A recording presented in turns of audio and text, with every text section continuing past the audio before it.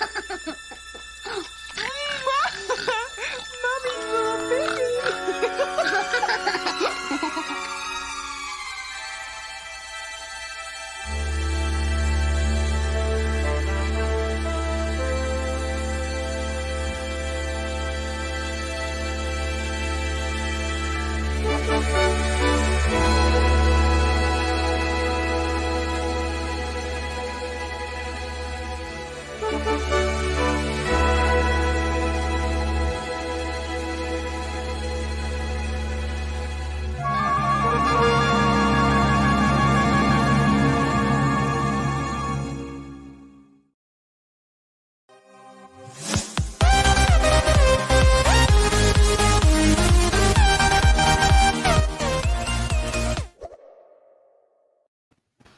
Hey, and welcome to the Gamerz Realm podcast, episode 87. Wow, that's a pretty big number. My name is CHRONOZ, and I go by CHRONOZ, and I got my co-host here from the Gamerz Realm, Ryan DRAYSON. Hey, everyone. Hey, everybody. And I have Kotetsu. He says his name is Chronos, but we will always call him Mr. Switch here. Who's known him? we will always call him Mr. Switch. So yeah, I know you guys are still getting used to that. Then we got our buddy, our friend here, our all information on Miko. Let us know whenever we got info. We'll talk to him about it. He sings very cool. DJC Game Studios. Hey, what's up, everyone? Good to be here. And I got the mashed potato dude, Jeff. What's up, dude? Yeah. Thanks for having me. It's a pleasure to be here today. For sure. And then we have DINO CENCIA, and he's accompanied by his father. They run the Golden String radio station. You can find that information in the link down below. We'll ask you more about that later. But again, we have an amazing program today. We have a lot of fun here. We're going to have a mashed potato eating contest here. We'll get to that later. But in the meantime, we have our special guest, Ian Petrella. Woo! Welcome. Glad to have you. How you doing? Good. And you? I'm doing fine. A little nervous, as you can tell. Just kind of like I was prepping all day. I was at my job today. Like I was writing. Okay, what questions am I going to ask them? I wrote it on one of the because I make the what do you call it? That Abbott COVID what do you call those? The name's slipping out of me. The COVID test kits. And I was writing down on one of them, and we were cleaning, and I had all my questions down, and then I walked away from it. I came back, some threw it away, and I was like, dang it. So it's just, either way, it's been kind of a day. Other than that, wanted to ask you a big question here, started off a little bit about your background story, how let's say everything started with, how acting as a child, or anything else to go into, Yeah, I mean, the basic story is I started acting at the age of 3 years old. Yeah, I think it's good. And I grew up in Los Angeles, California, which was where I reside right now. And, being in LA and the entertainment, capital, basically, especially at that time, when you were a kid, you either, joined Little League or you became an actor. And I had an aunt who worked for the agency that I was with. And I was not necessarily a hyperactive kid, but, had some sort of personality. And she said, well, why don't you bring them down and, introduce them to the agents and see what we can do. And, my mom said, okay. And met the agent. They said, yeah, he's cute. Let's send them on an audition for Jif Peanut Butter. And I got it just like that. First audition up, boom. So of course they're like, yeah, we'll hire him. He's already booked, making us money. So here's a contract and a SAG card. So that's how I got started, and then it just kind of became an early career. So you would do commercials, and that's pretty much all I did when I was a kid. It's commercials, and I did one television show right before I did the film, and that was an episode of Chips. So I was on that, and it was when they introduced the new partner, not I can't remember the other guy. There's Punch, and then there was Oh, they had a new guy too. Yeah, that's yeah. right. I Because can't remember either. I was expecting to see the older guy show up on the set. And here's this new guy, and I was like, "Who are you?" He was the new guy. So, but he was really cool. It was fun. And Eric Estrada was it was just a bit part. I sold a dog to Punch. That's all I did. And but he was very nice. But I mean, you know, it's a show that I grew up watching and loved. So it's kind of one of those like, it's a show you love, and now you get to be on it. So, and then after that, that's when I got A Christmas Story, because that was all around the same time. So I've been trying to find that episode on YouTube. I think I found it once. I didn't save it though, but it's on YouTube somewhere. Yeah, I'm trying to think how to find it, because it was the first episode of that particular season. So, and it was all about drinking and driving and everything. I wasn't drinking or driving.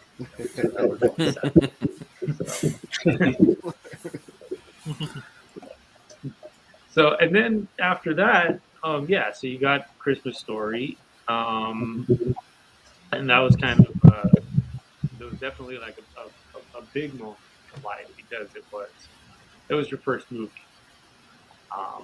You know, you got to not only see how movies are made, but now you get to be in one, and so that was exciting. So it was a whole, you know, it was 11 weeks of just, oh, that's how they do it, and you know, but at the same time, you know, you're a little kid and running around and being a brat. So it was nicknamed the Holy Terror sometimes. But, you know, it is so yeah. So I mean, how I got into it is just I grew up in LA. There you go. LA, yeah. I remember we were talking a little bit about that, but yeah, it's interesting how everything has started off, and how, you know, we'll talk more about. I want to go a little bit into puppeteering later on, but in the meantime, yeah, can't wait to, you know, ask some questions on that. But Kotetsu, do you have something for that for was Ian? going to be my question. So which one? the fact that the puppeteering, the fact you segued into that, I'm like, yeah, all right. So that's a combined question right there. Okay, yeah, definitely. I mean, it's kind of weird, like how I got into it, and then how I fell out of it, and then how I got back into it, fell out of it, and got back into it, and now trying to get back into it. One, I mean, I've always been, let's put it this way. I mean, I was a Jim Henson fan growing up. Same here. Same here. Yeah. Awesome. You know, Awesome. other kid was Disney, I was Muppet. Mm-hmm. And Awesome. and so it's just one of the things I, you know, and then even, you know, early on, like in my teen years, you know, I wanted to get into, you know, I fell in love with the idea of, you know, special effects and practical effects. So I started learning more about that. But it wasn't until the mid 90s, like right after high school, and I was working with a production company, and their main thing was producing television shows mainly for an adult audience, but using puppets. And so I worked with them a lot, but really it hadn't clicked in my head about being a puppeteer. It was just, I thought this was really, you know, just really, you know, interesting thing to be a part of. But I got hired in as a production assistant and helping build all the sets and painting and everything. And then one day I saw one of the puppets and I asked the director, who was also, you know, my friend at the time, I said, hey, can I, you know, try one on? He's like, yeah, go ahead. So I put on a puppet and started playing with it, making it talk and do whatever. And he goes, you're actually really good. Put the paintbrush down, pick up the puppet, and get in front of the camera. So that's how that got started. Working with them, I got to do, you know, a couple other, you know, shows and whatever they were working on. That got an opportunity to work with a couple different, you know, big names.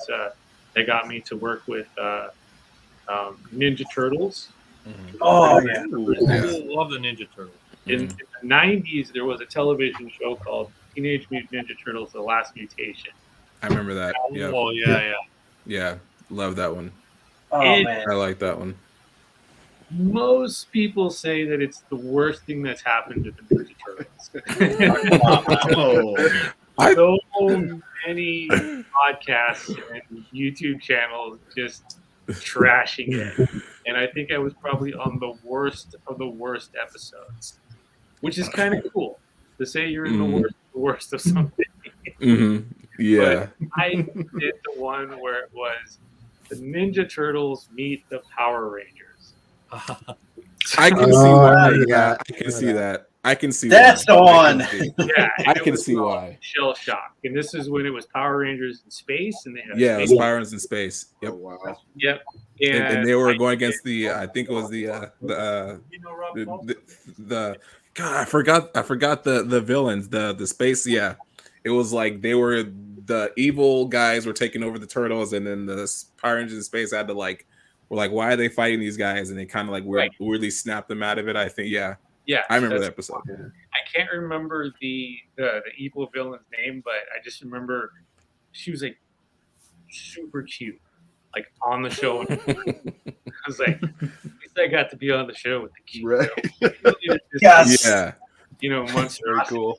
They hired like this person. She was a I can't remember her name. She was really super nice too, but she was a dancer. That was her thing.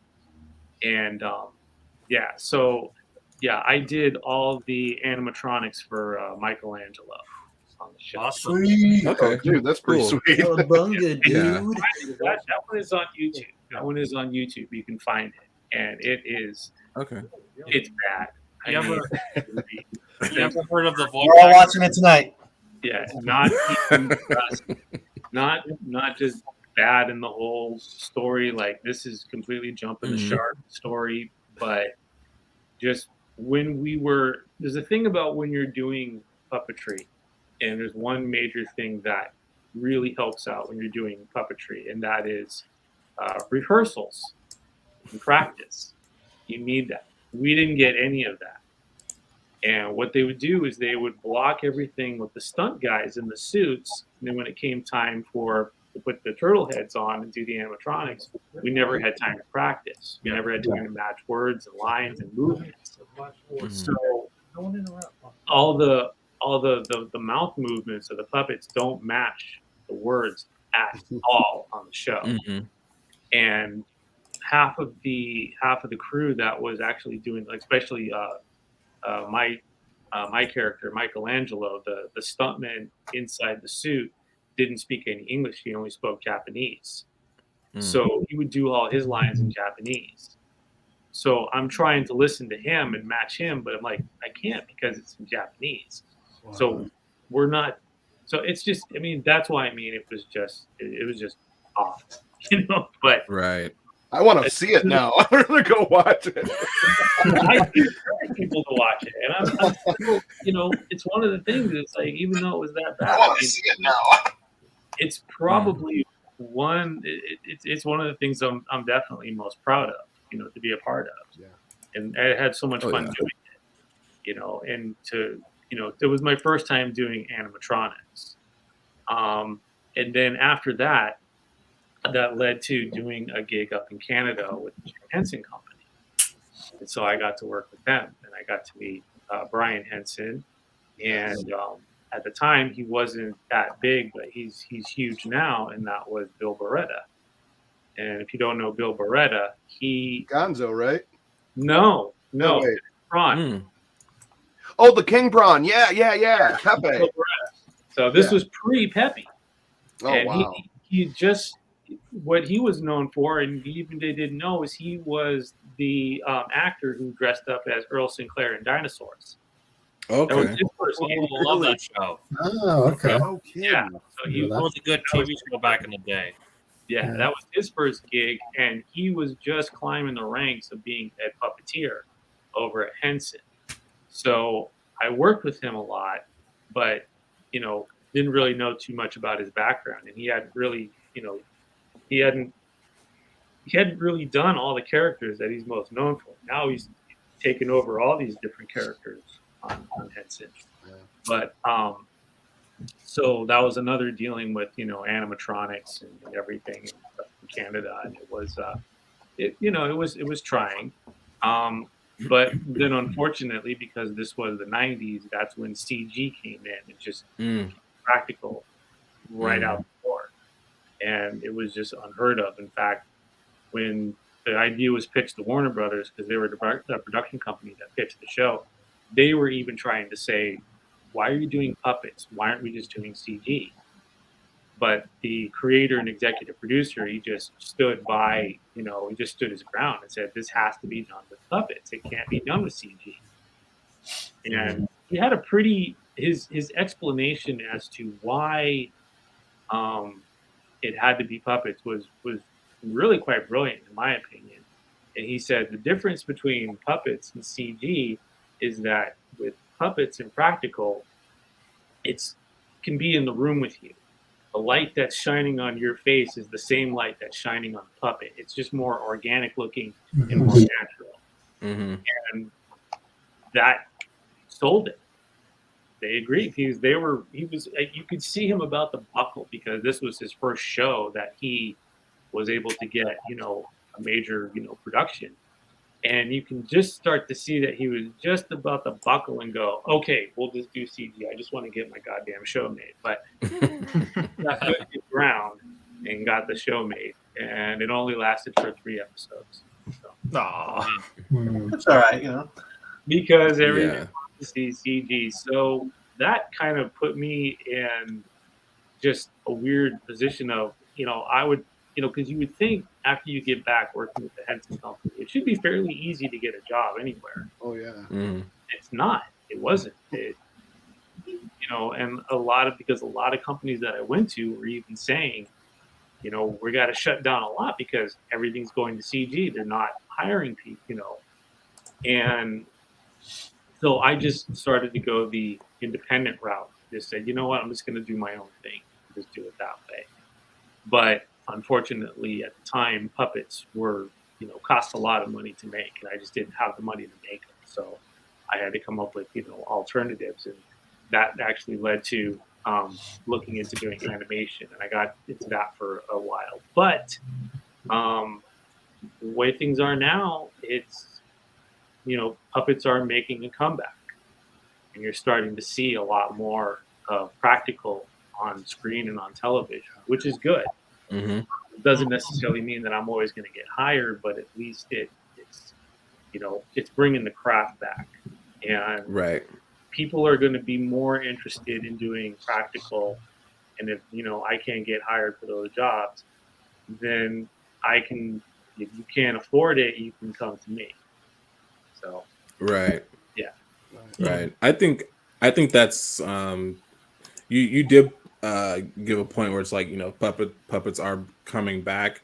And when you said when that, who you're working with said, it's you have the organic light when it comes to certain, when that is, it adds more of the realism when it comes to Yeah. stuff like that as well.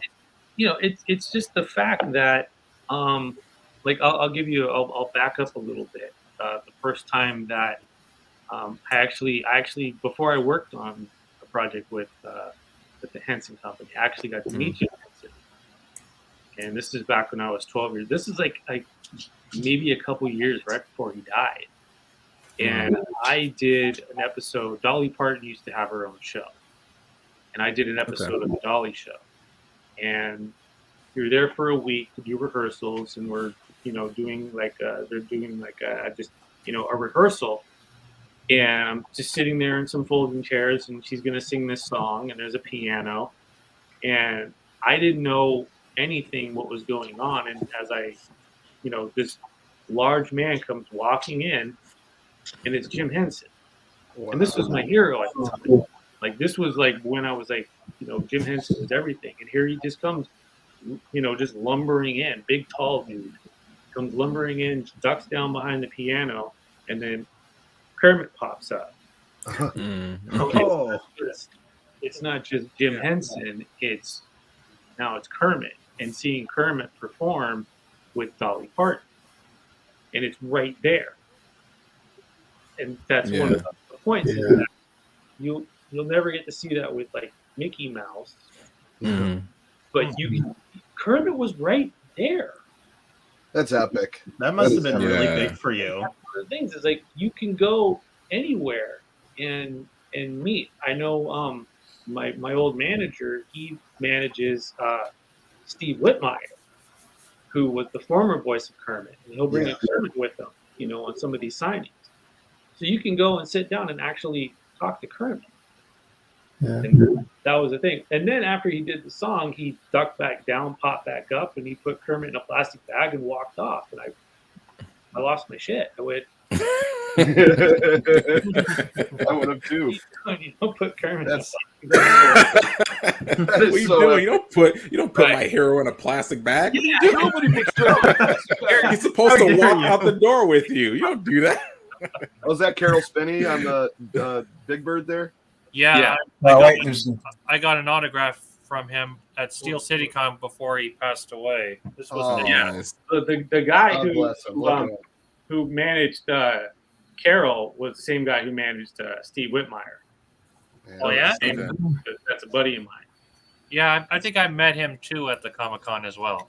Tim Bendick. That's his name. So yeah, Awesome. he manages a lot of people nowadays. So he's got a lot of people. So he was crying when I said I didn't want to do signings anymore. Well, he's going to. He's gonna. I'm like, yeah, Big Bird and Kermit. What do you need me for? So Yeah. But Kotetsu, did you that's have cool.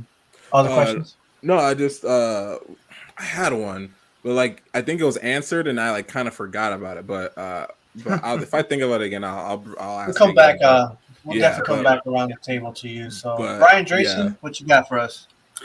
So just want to do first a quick shout out to our chat, the people that have shown up tonight. We got Jeff Davis, Spirefan 2003, Stitch Underground, Aaron Williams, Brian F,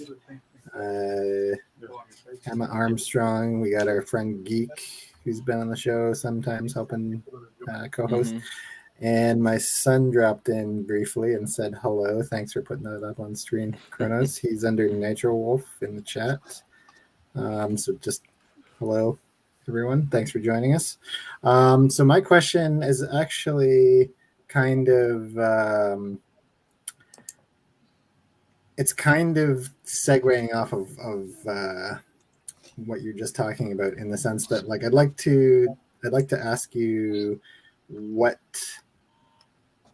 I guess, sort of like going back as far as Christmas Story, have you kind of stayed in touch with any of your co-actors that you worked with on that project, and then kind of like from there, any other people that you've worked with, that we might know of in other projects? Do you have any kind of interesting stories of like behind the scenes, or like just interacting socially outside of work, sort of yeah, stuff? I mean, as far as the cast, I mean, once the movie was done, no, there wasn't a whole lot of there wasn't I didn't really keep in contact with too many people. I mean, Peter was probably the only one that I kept in contact, and then that sort of ended, not on a bad note, just we grew up and became adults. Mm-hmm. It wasn't until the 20th anniversary that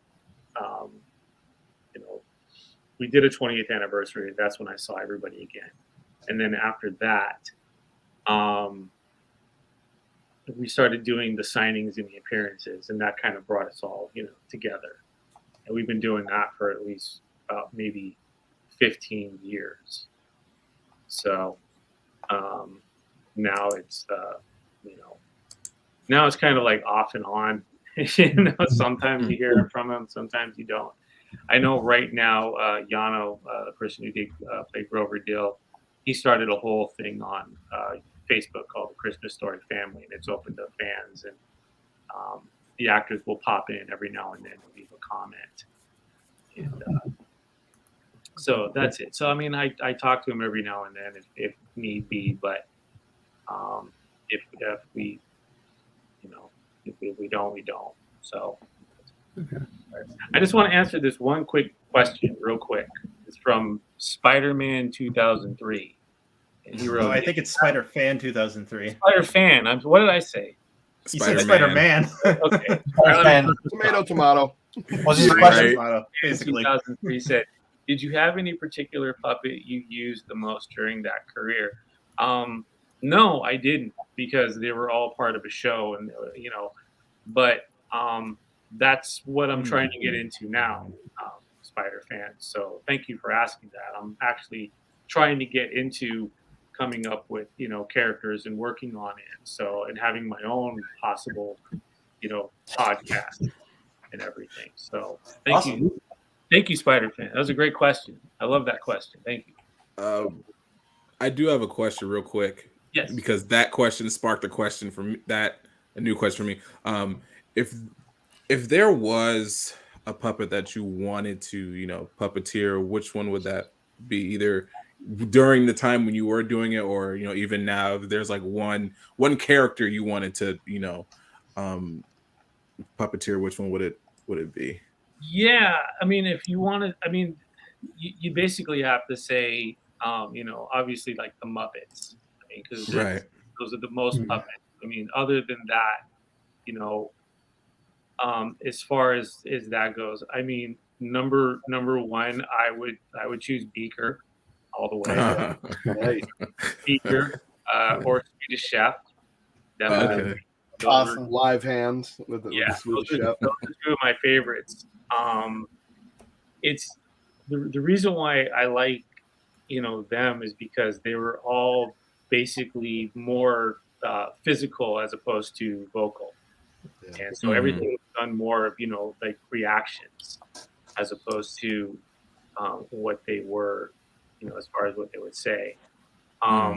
As far as other puppets, there was one that I think would be a lot of fun because they recasted him. I don't know why. I don't know why the actor isn't is doing him anymore. But when they rebooted Mystery Science Theater 3000, Tom Servo was always my favorite on that show. For one of the main reasons is because he was fat. He was fashioned out of a novelty gumball machine. I mean, it was brilliant, So, but that was one when I heard they were rebooting it, I was like, damn it, why couldn't Right. I would love to audition for that. But that's the one. That is a good question. If you had a chance. And I mean, that's the thing with the Muppets now is like, if you become a Muppeteer, you have there's a good chance that you will be taking over a character. And as fun as that might be, I think it would be more fun to create a new character. Say, for instance, like Bill Beretta. He's doing, Dr. Teeth. He does Ralph, and he does the Swedish Chef now. But he came up with, or he got to do Pepe the King Prawn. That's his. No one got to do that before him. He does Bobo the Bear, another good character. Great character. Those are all his. So that would be more fun, is to create your own characters, and that's what I've been working on these days, is trying to create these new characters. That I can perform, and that they're going to be my own, and trying to create something that is going to have a little bit of a longevity to it. It's not just a gimmick that you just perform it and then that's it, it's done.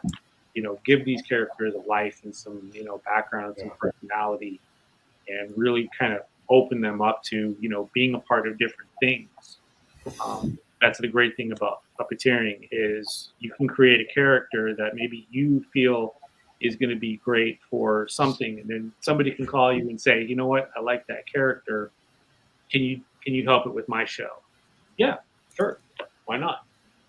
That's the idea. So, I'm kind of hoping that's the way it goes, because I like working with a team more than I like working with myself. I like being part of the team. I like coming in and helping people with their projects. I always say it's like I'm a different type of narcissist. where, you know, I feel like, you know, I don't feel I'm better than anybody, but I feel like, let me help you, you know? So I can make you look good. So I'm like a bass player, you know? I'm just here to make the solo sound good. Right. You're a team player. Yeah. I have a question though. Yeah. Tell us about the deleted scene about Flash Gordon. Does anybody know about that, or is this new information? I've heard about this, and I was actually thinking about asking this question, but you know, DINO over here has already asked it.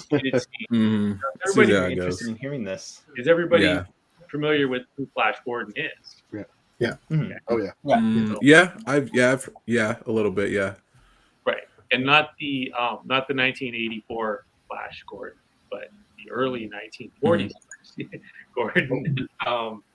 So there was a scene where it happened right before we're introduced to the Bumpus Sounds, and when Ralphie's writing his theme, he's daydreaming and he picks up. It's an old novel. It's an old like comic book of Flash Gordon from like the 30s and 40s, and he starts having this daydream of saving Flash Gordon. And they built this whole elaborate set of like another planet. And Flash Gordon was being, he was in the grasp of this. It was called the hell was it called? The Jaguar plant or something. It was this weird. It was very like all like 19, like it's a dragon head with an octopus body, and it had Flash in its grasp. And Ming the Merciless was in this hot air balloon and saying, "How now that I've got you, I'm going to destroy the world." But Ralphie was off in the distance, you know, with his BB gun, and snuck up and saved Flash. It was a beautiful scene, but I think they had to cut it for time, and so they got rid of it. But unfortunately, you're never going to see it because all that footage got thrown away. Oh, come Oh, on! that sucks. Come on. But the guy that plays Flash Gordon, he's still credited in the credits. It's still in the I credits. saw it at the end of the video, the end of the movie. It said Flash Gordon at the end credits. Right, because they cut it after everything was done, because it was in the movie and I got to see it. Right. And once the movie was done and, you know, it went to print and they had the credits, then they cut the scene out the last minute. So they weren't going to change the credits. Yeah. But if you get Yeah. a copy of the script, like you can actually get the dialogue and the scene. You can read it. You just can't. You'll never be able to see it. Yeah, at the museum, they have, you have to visualize it in your head while you're reading it. Sounds cool. At the Christmas Story Museum, they have the costumes there. A Flash Gordon there. Yes. You're just gonna have to imagine it with your mind. That's what I was saying. Yep. Real quick, guys. Ryan, were you trying to finish any last questions? Or we? I got one more question. I guess the other thing I would ask. Hold on, Dino. Give me a sec. Go ahead, Ryan.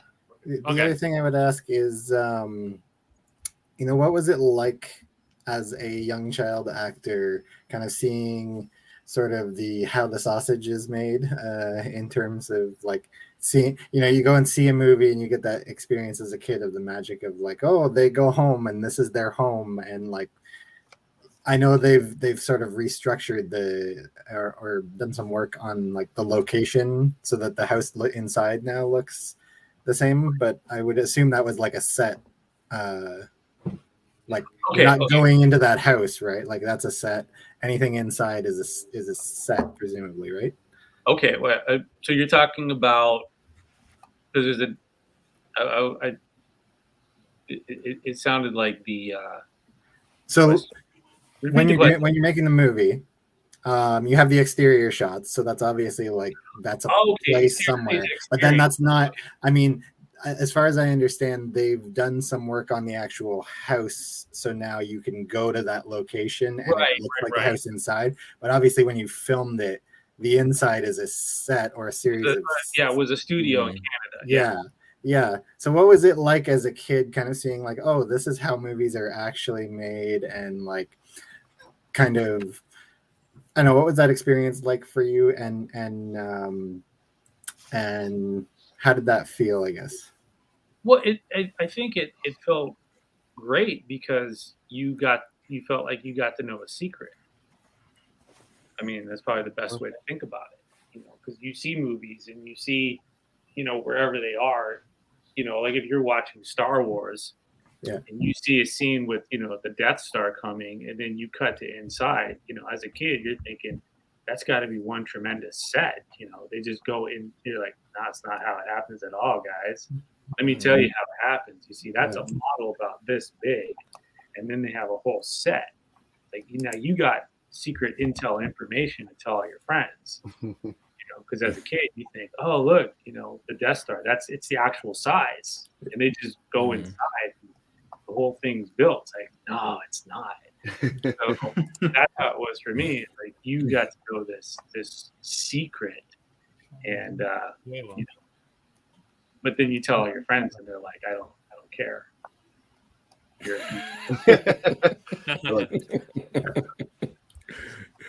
It's funny you mentioned that. Yeah, it's funny that Ryan mentioned that too, because like it's like when I used to watch the Fresh Prince, and you see the house, but that's not the set. The house that you see when they film, that's just a set, and then the actual house. I think now they have it as a museum. Like, you can, it's the Airbnb, right? I think it's Airbnb now. Probably. You actually see it, and it's like it's not the actual set, just like a whole bunch of like memorabilia of the show in the house. So it's funny that you say that that's just the house, but it's this. But where we filmed was the set, and I'm like, it's kind of like the same way with when I used to watch Fresh Prince. I was like, oh, that's the house, but it's not. It's just a set that they have with a live audience. And it's funny because if you go inside the house at the one in Cleveland, I mean, it's teeny tiny inside, but you look at what the set was. I mean, it's huge. It's completely different. So, and I remember when I was at the house, people were looking around and like, how did they film? Where did that one space go? I go, that was never here. It was a set in Toronto, and they go, oh, in Toronto, really? Yeah. So then they go, so this isn't the house from the movie then? They go, no. Speaking of the Christmas Story house, Zach Ward is in town. He's coming there. He's right there. In my show, Pardon? Nice. Yeah, Zach Ward is in town. Zach Ward's in town. Scott Farkas, he's signing autographs up at the Cleveland Story House Museum. Oh, I did see that. We're going out to him live. Zach? Scott Farkas. Is he going to start laughing at everyone very obnoxiously like he does in the movie? Maybe. I guess he is. Ryan, was that your question answered? Are you good? Yeah, I'm good. I'm good for I would say I'm good. Okay. Sidetracked on that question, but to sum it all up, it's pretty cool knowing that information and seeing how that's done. So, cool. Any other questions, Ryan? For now, and then we'll come back later. Good. Yeah, I'm good. You can go. For now, let's kind of move on because we got to ask TJC, then we're gonna go to mashed potato, then back to DINO, and then we'll do the mashed potato eating contest. So let's get straight to it. DJC, you got something to ask him? A question I have about 16 different questions and about 3 subsets of questions after. No, oh man, we're gonna be here a while. 2 or 3 for now. It was a couple. Let me say the best ones I got here. I know you're not a current like gamer or anything like that, but back in the day, like growing up, like Christmas morning, or just like a memory of like the early days, Atari or Intellivision? I had an Atari. Okay. I did. That was the last game console I ever owned. No kidding. Yeah. I still have one, but I am partial to the Intellivision. But yeah, my cousin had Intellivision. Yeah. And I actually liked Intellivision better. I thought the games were better. Yeah. Great sports games. Great sports game. There was one game that they had that I loved playing. It was called Snafu. Oh, with the snakes. Those That are was the my- best. Where's Tommy at? Tommy. Yeah, right. Yeah, where's Tommy Tallarico? They have a new one coming out called the Amico, and they're basically taking that whole overlay system, and this is a touchscreen. Okay. Wait, show that again. Oh, like the new one is gonna be like they still have the disc, but this is a digital touchscreen now, and it comes out next spring. Oh, cool. Sweet. Yeah, but yeah, it's pretty cool. They even got games and stuff like this. Woo! Anyways, besides that, one more question, and then we'll move on. I had to throw that out there. As far as celebrating the holidays in your house, like I got a lot of traditions here. Like my big tradition is like old decorations. Like gotta love like the popcorn decorations from the 70s. You got all your, look at this thing, a nice ceramic snowman that my aunt made years and years ago in the 80s. But like, what tradition do you do with your family when the holidays come around? Like, what's your memory? What's something that you must have during the holidays? We didn't have a whole lot of traditions. The only thing that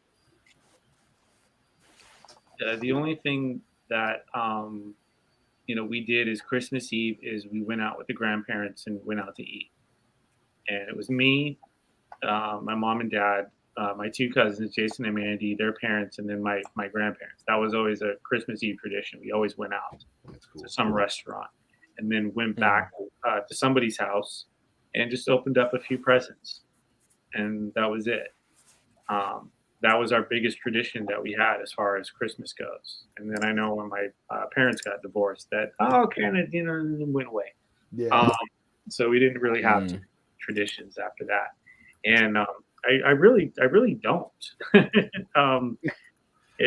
I know you don't want to hear that from the Christmas story. Hey, that's all right. Well, 2 Christmases, right? Say what? 2 Christmases. No. No.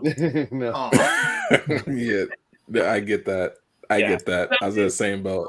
It was when I was older. I was like 18, so I was like already like, screw Christmas, out of here. Christmas is lame. Yeah.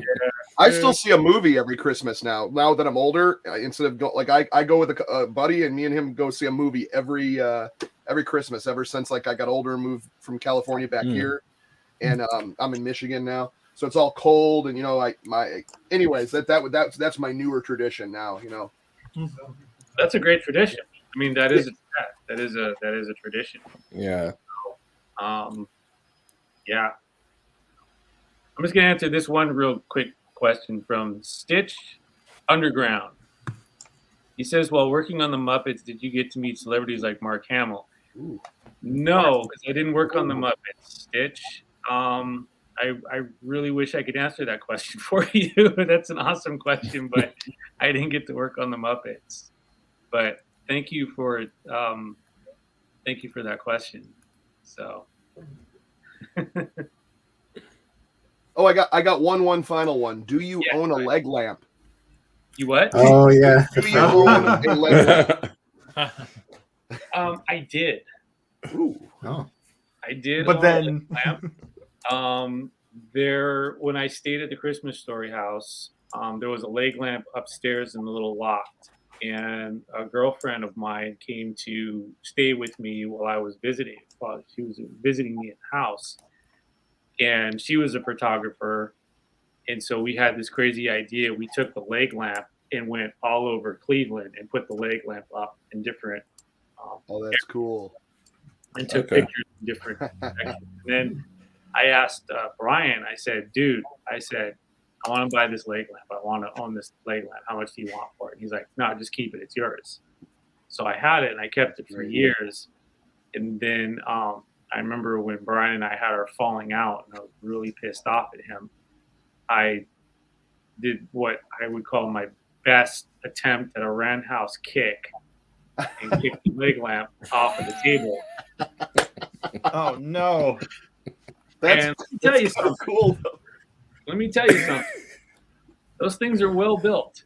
We're not like the one in the movie that just literally falls apart. They're just shattered. The Yeah. mom was just vacuuming. God damn it! This thing is Like a hard actually- resin. Yeah, you can throw that thing across the room and it's fine. I mean, it's very, very well. That's cool. Oh man. But Oh, great.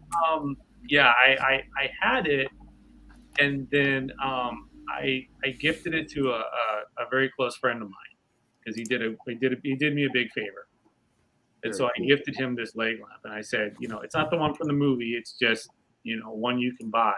Right. I said I want you to have it, and then later on I found out he really already had one. Like you're an asshole. I said, so, no, you schmuck. You know, I want it to be a reminder every day what a schmuck you are. Yep. Because you took something you didn't have to take. You could have gave that back, and I could have given that to somebody else. That could have gone to Bastard. So Oh man. tells me about like, yeah, I got that. I'm like, yeah, I know. Right, it's right next to your other leg lamp. You got 2 legs. Yeah. But yeah, I did have one. I used to. I would put it in front of the window at Christmas time when I lived in Cleveland. And I remember there were 3 other people in that neighborhood who also. I was gonna say in Cleveland, you think a lot of leg lamps going around in those windows. Wasn't as many. But what I did one year when I saw people have their leg lamp is they used to have refrigerator magnets of my character. And they were just little, so I would take them and I would sign them, and I would stick them on something metal on their house, and just walk away. And I never met them, but met one guy, and he had a leg lamp. So I was out walking my dog, and I just walked past him. I was like, "Hey, neighbor, how's it going?" And we were just talking. And I never told him who I was. I never told him anything that I was the guy that left. And there was one girl, she had a leg lamp, and I never told her either. So I never told anybody that it was me. I just left little presents on their doorsteps. That's awesome. That's amazing, man. Yeah. That's really Your cool. friendly Yeah. neighborhood, Ian. Yeah, you got it. You know? Hey, speaking of leg lamp, Ian, do you want to me to show the leg lamp photos you sent? Yeah, go ahead. So this is Okay. some of the pictures that I took with that my friend Jillian. Oh my gosh. Oh no, that was pretty cool. Wow. And here goes the next one. Oh my god. How many legs are there? Oh, Wait, there's a 1, lot of 2, legs. 3, 4. That was a lot. Yeah. Yeah. 7 So pairs that and one that's in the far right, with that's fully formed with the lampshade. That's the one that I owned. Oh, Oh, okay. And then the That's rest are they were just random leg lamps that I guess the base had broke off, and they were doing some sort of like ring toss with them at the house. And so walking down the hallway, and all these leg lamps were just piled everywhere in this hallway. So when she came to visit, we just took one of the leg lamps and just had a blast. here's the next one. That's cool. Can you find the legs? nah. Oh yeah, right there. Like legs? Is there another one besides this one that's next to the light? Say what? Oh, it's just that one. Just Yeah. that one. Just that That's one. cool. No, he said, "Can you find the legs?" And I'm like, "Is there more than just one that I'm Oh, the looking at?" leg. But I think it's just that one. Those legs were made for lamps. All right. So, but yeah, the one with the light post. I mean, it's nice, but it's kind of weird. Like when you think about it, you know, this fishnet leg leaning against a lamppost at a dock. Yeah. Like a Yeah. Yeah, wait. So how did this picture ended up happening? Or Like a lady of the night, if you will. so. you went out, you put the legs on, took a photo. Say what? Oh man. So you went out. You made the photo? Did you go out to the shoot? You know, right there, put the legs there, take a photo, or just somebody else had done it? Oh no, we did that. Guys had time for that. Had a little fun. So Yeah. Back then in Cleveland, we had a lot of time to do a lot of stuff because there wasn't a whole lot going on in Cleveland. Fragile. Sheila. Must be Italian. Great line. Great line. You know what's weird? I'm gonna burst everybody's bubble real quick with fragile. You know, he says fragile. It must be Italian. The truth of the matter is, it actually is. To say fragile Italian is actually very similar. It's fragile. So he was really right. I know. Killed the joke. Italian word. Now Christmas is ruined. Yeah.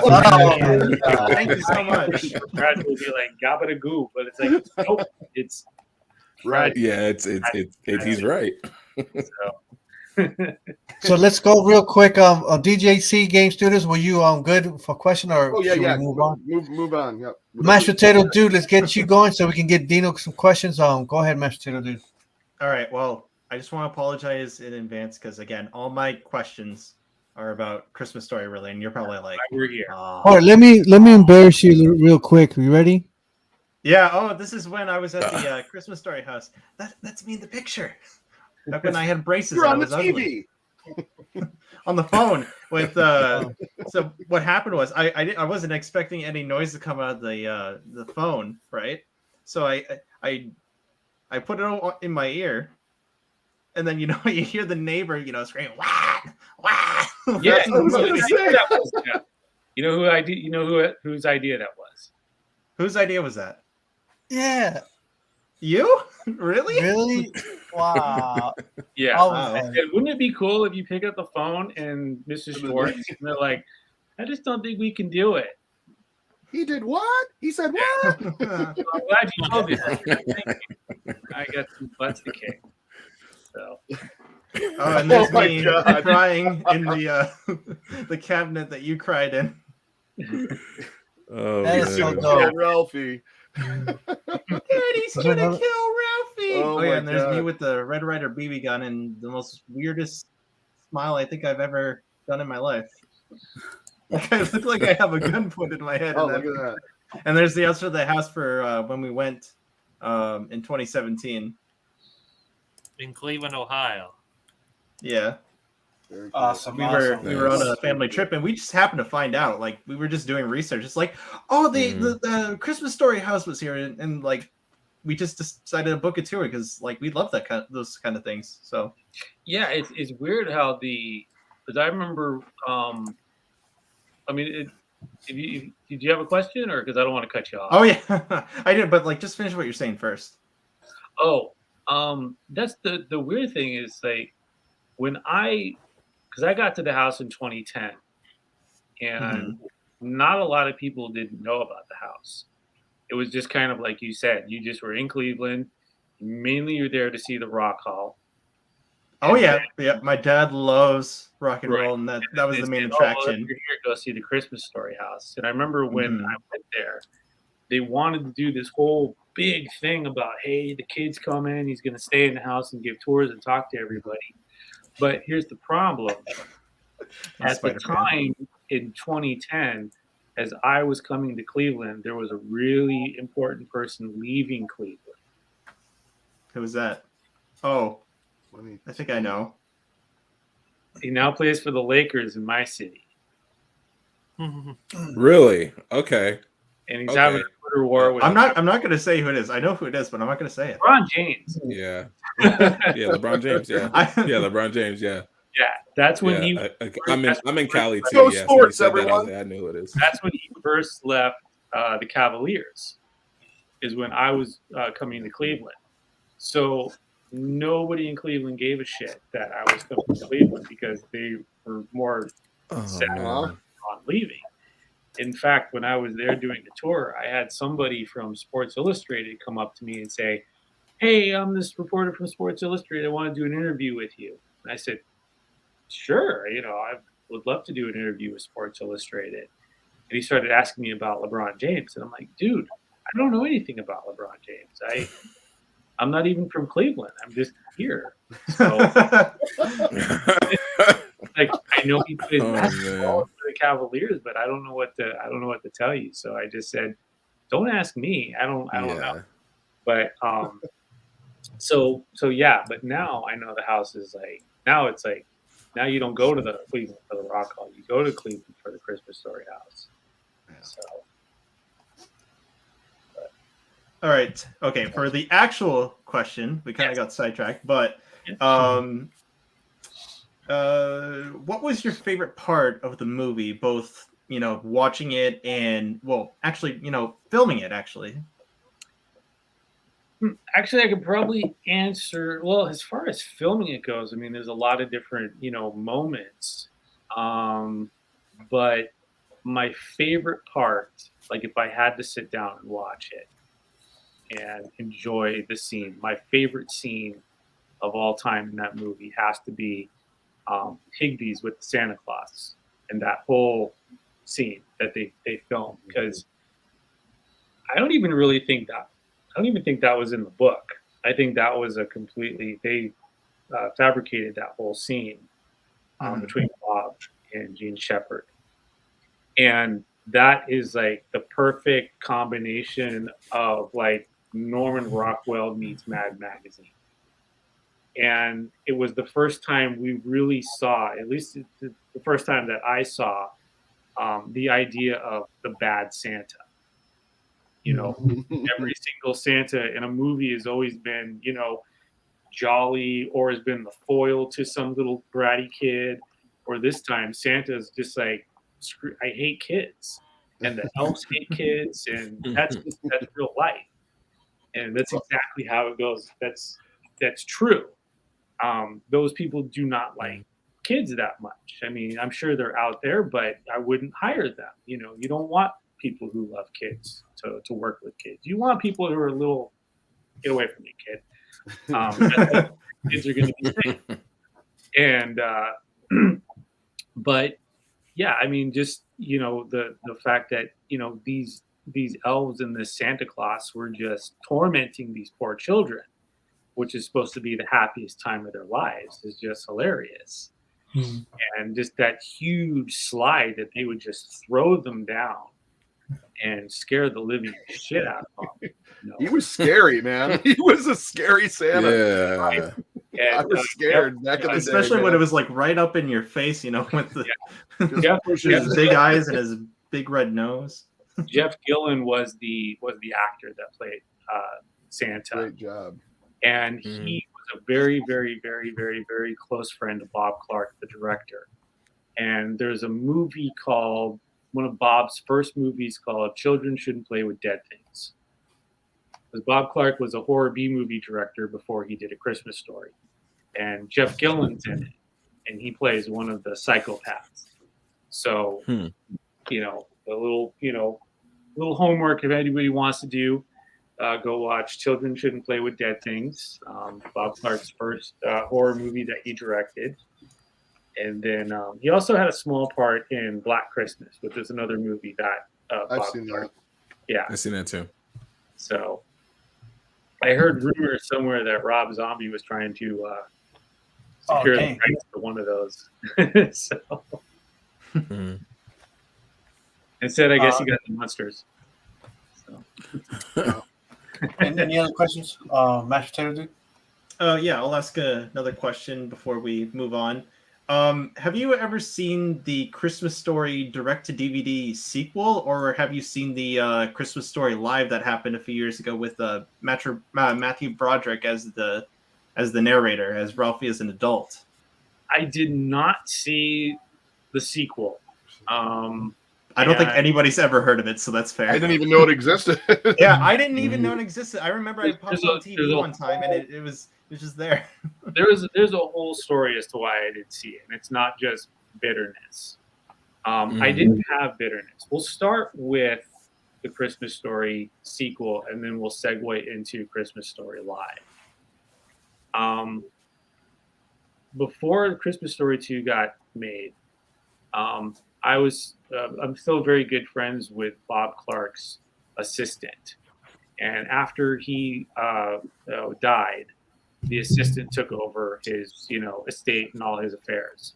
Now, Bob Clark owns 50% of A Christmas Story, so anything that comes through A Christmas Story has to be cleared from his side. And so Lynn, who was the assistant, who I was good friends with, she called me up and said, that they're planning on doing. They originally wanted to do a remake, but that didn't go over. So they were going to do a sequel. And she told me about it, and I said, you know what? That's cool. I'm up for a cameo if you want. You know, I don't want to star in it, but I'll do, you know, just a little, you know, wink and a nod part, you know, if you want. You know, I could be a delivery guy. You know, here you go, bye. And then, you know, I'm happy to be an Easter egg.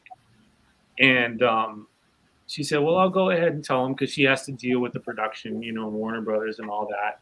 And went to them and said, yeah, you know, if you're interested, Ian's really interested in doing a cameo. And they said no. They said, we don't want to have anybody from the, you know, the cast of the 1983 film. We want to do something that's our own. We want to stay away from that as much as possible, and we want to bring a whole new style to it.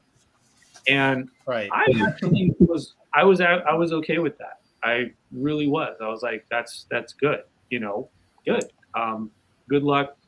You know, and do it. I'll definitely watch it when it comes out. And so that's what I thought we were going to get, was something that was going to be completely different than what the 1983 movie was. And then I saw the poster, and it was called A Christmas Story 2. And then the poster was reminiscent of the old poster. You had Ralphie in a funny outfit sitting cross-legged, and you had the dad with the lamp, and the mom looking like, what's going on here?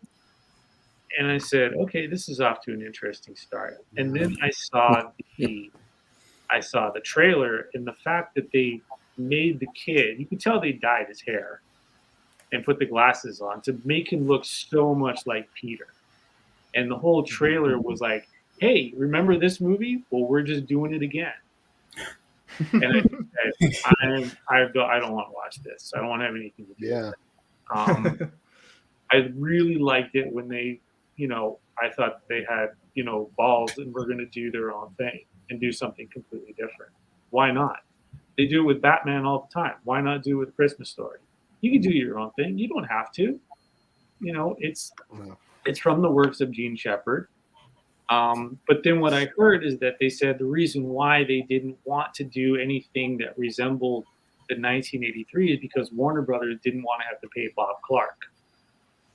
Oh, right. They kind of. But they still wanted to use the name, which is kind of odd. Right. Yeah. So that to me was like, I will never watch your movie because I'm loyal to Bob Clark. So I put a thing up on Facebook saying that I will never sit down and watch this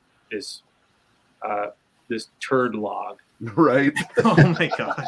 Of a movie. And you know, it's like any Yule log, it deserves to be thrown in the fire. And I got a lot of backlash on Facebook for it. You know, people calling me jealous and bitter and everything. You know, it's like, I'm just helping my friend, you fucking bitch. Yeah. You know. Hell yeah. You know. So no, I haven't seen it, and that's really, I have, you know, no animosity towards any of the actors who were in it. I don't know them. I've never spoken to them. I'm sure they had a good time doing it. You know, why not? You know, I mean, you had Daniel Stern. It would have been nice to meet him. As far as the live version goes, I did not see the whole thing. I just caught the last end of it.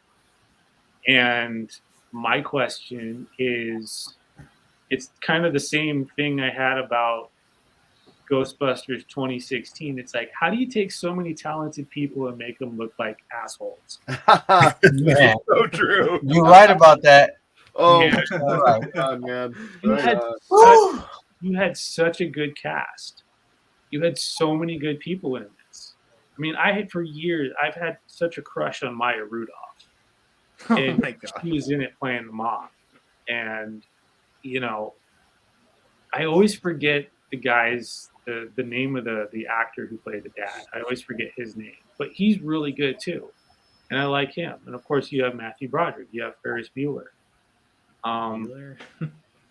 The sad part is the only scene that I saw is when they went to the Chinese restaurant. Now, I don't know, has anybody seen the live version? I have. I actually remember watching it live.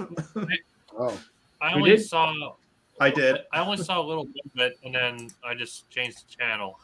Yeah. Well, the Chinese restaurant, they totally tried to sidetrack the whole fa ra ra ra ra thing. Yeah, Just- the little. It's the best part. And that was with Ken Jeong.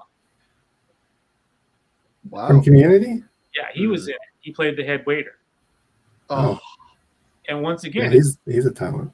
how do you make him not funny? Right. Yeah, really. Yeah. So that was the best quote that I heard is somebody said that it looked like a 3-hour Old Navy commercial. Oh. Oh my god. Oh. And it did. It was not good. And they wanted to contact me because they wanted to send a film crew to get my, like, you know, how do I feel about, you know, the movie and, you know, Right. Christmas Story, my memories. And I said, not without a paycheck. And they weren't going to pay. So I said, I don't want to have anything to do with it. You guys go ahead and just, you know, have fun. How Christmas Story 2 did, you know, I can only imagine. And from what I heard, you know, it was the lowest watched live musical event ever. Nobody watched it. Really? Yeah, that's what I heard. I- Nobody watched it. It just Yeah. yeah. Going back to the Christmas Story thing, the second one, when you said you'll never watch it, I'll just tell you right now, you're not missing a single thing. It's look. So Let terrible. me put it this way. It's not that when I say I'll never watch it, I will never make an effort really. But if I was over at somebody's house and they said, I have it, let's watch it, I would probably watch it. Probably had to get a couple drinks into you first, though. You know, but like I said, I mean, I don't, you know, there's no point in, you know, I told my story, but there's no point in even like beating it because nothing really happened with it. So it kind of, you know, it suffered. Just by being made, it suffered. So I don't need to say anything bad about it, really. So No, there's nothing to be said. it's too bad. I mean, it's too bad that, you know, it would be nice that if it was actually good, I would actually enjoy it if it was a huge success. Even if people, you know, it was kind of one of those like, you know, arguments where people have about The Godfather, which is better, part 1 or part 2. You know, I would appreciate that if it was really, really good, and people said, you know what, I think this is better than the 1983. I would actually be happy with that because that means it was something good was done with it, not bad. So, like I said, I'm not so bitter that if you do something with A Christmas Story and it's better than what I was in, good, because that just helps everything grow. You know, we all can eat in this world. So, you know, I got to eat, I got to do my thing, and now let somebody else do it. So I respect that. I respect that. Yeah, thanks for All right, answering that question. All right, let's move on with Dino. You got some questions, and then right from there, we're going straight to get a little messy with mashed potatoes. Ooh, Yes, yeah. I got 2 questions. I heard that Jack Nicholson was originally supposed to be the old man before Darren McGavin came. yes, that is true. Interesting. Wow. Very true. Wow. Jack Nicholson was I know actually first chosen to be the old man over Darren McGavin, but because of his salary, it wasn't going to work. Oh, That's the only reason. But it really would have been interesting. I mean, it would have been a whole different movie, I think, if he would have been in it. You know, especially coming off of The Shining and then going into Christmas Story.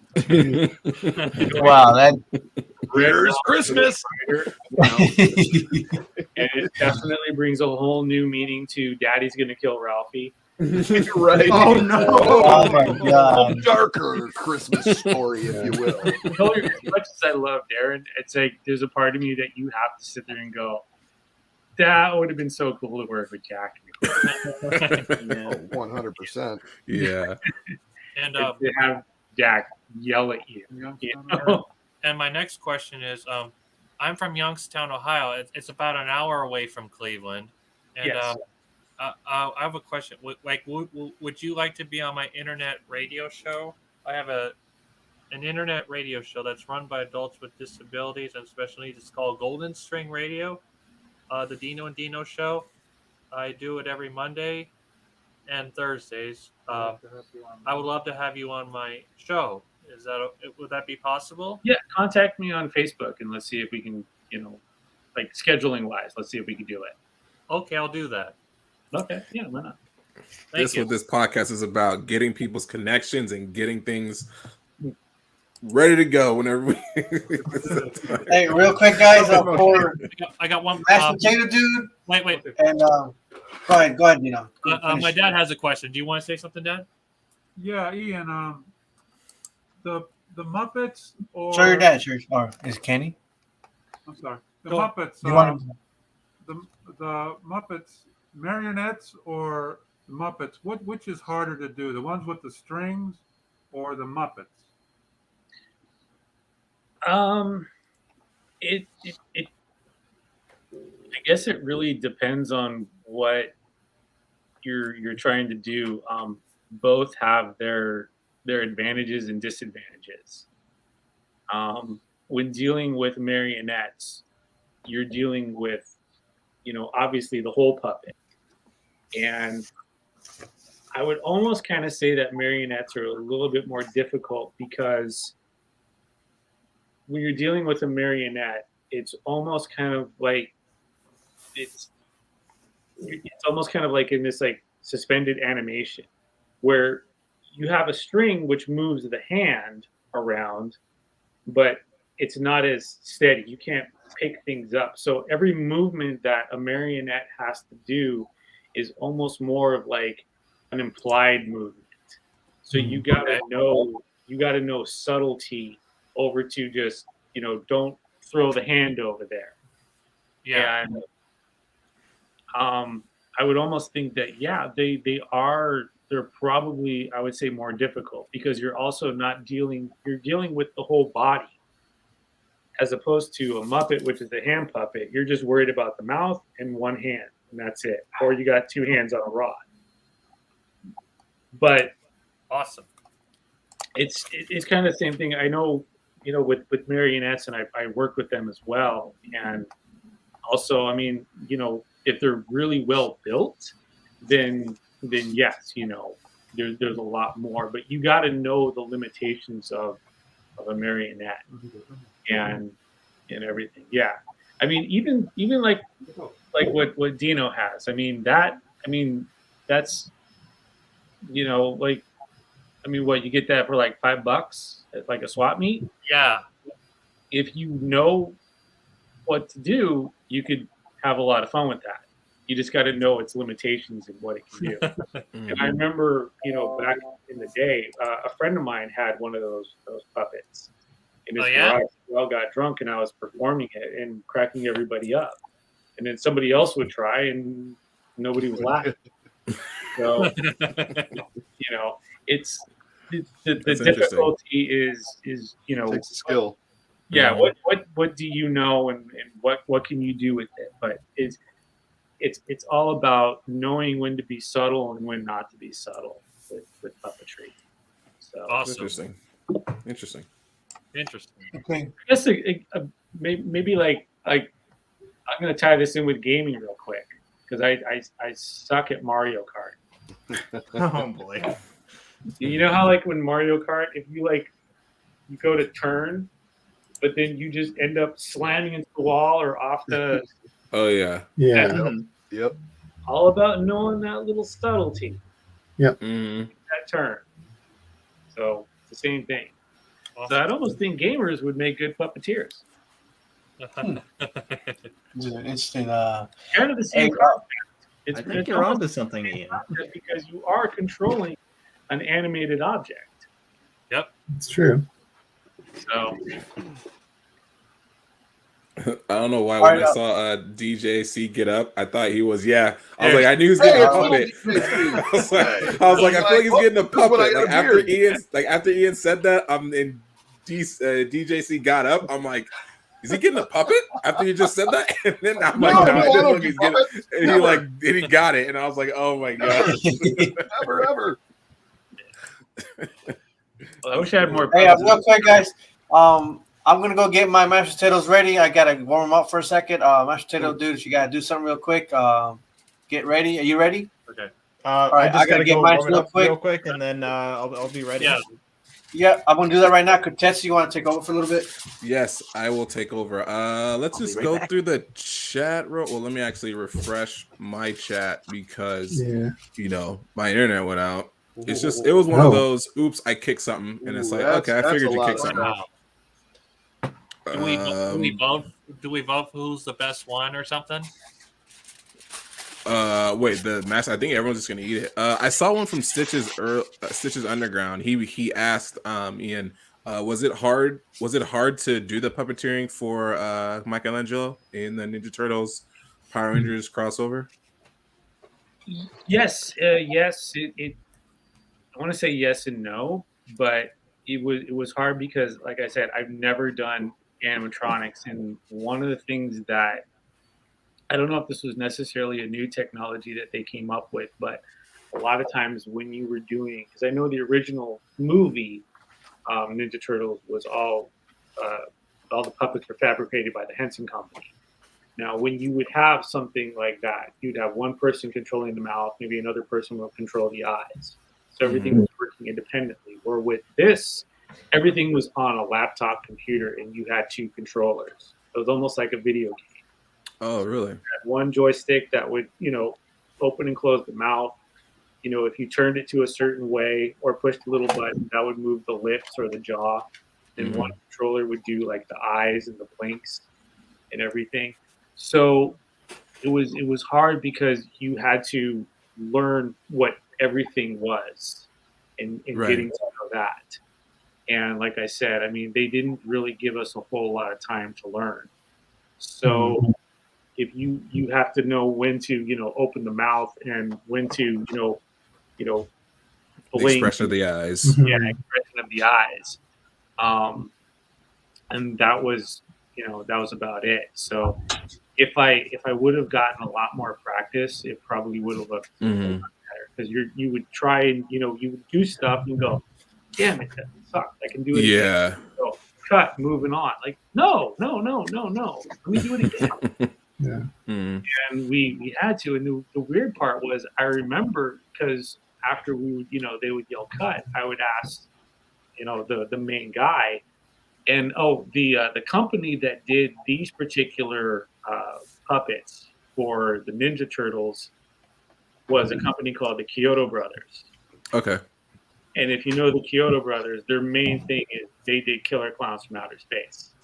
Ooh, okay. Love that movie. Clowns. And so they had their representative there or their main guy, and I would ask. I said, can I take the head and just practice and get to know? And they said, no, you can't because the batteries only have a certain amount of life. I'm going, you didn't bring more batteries?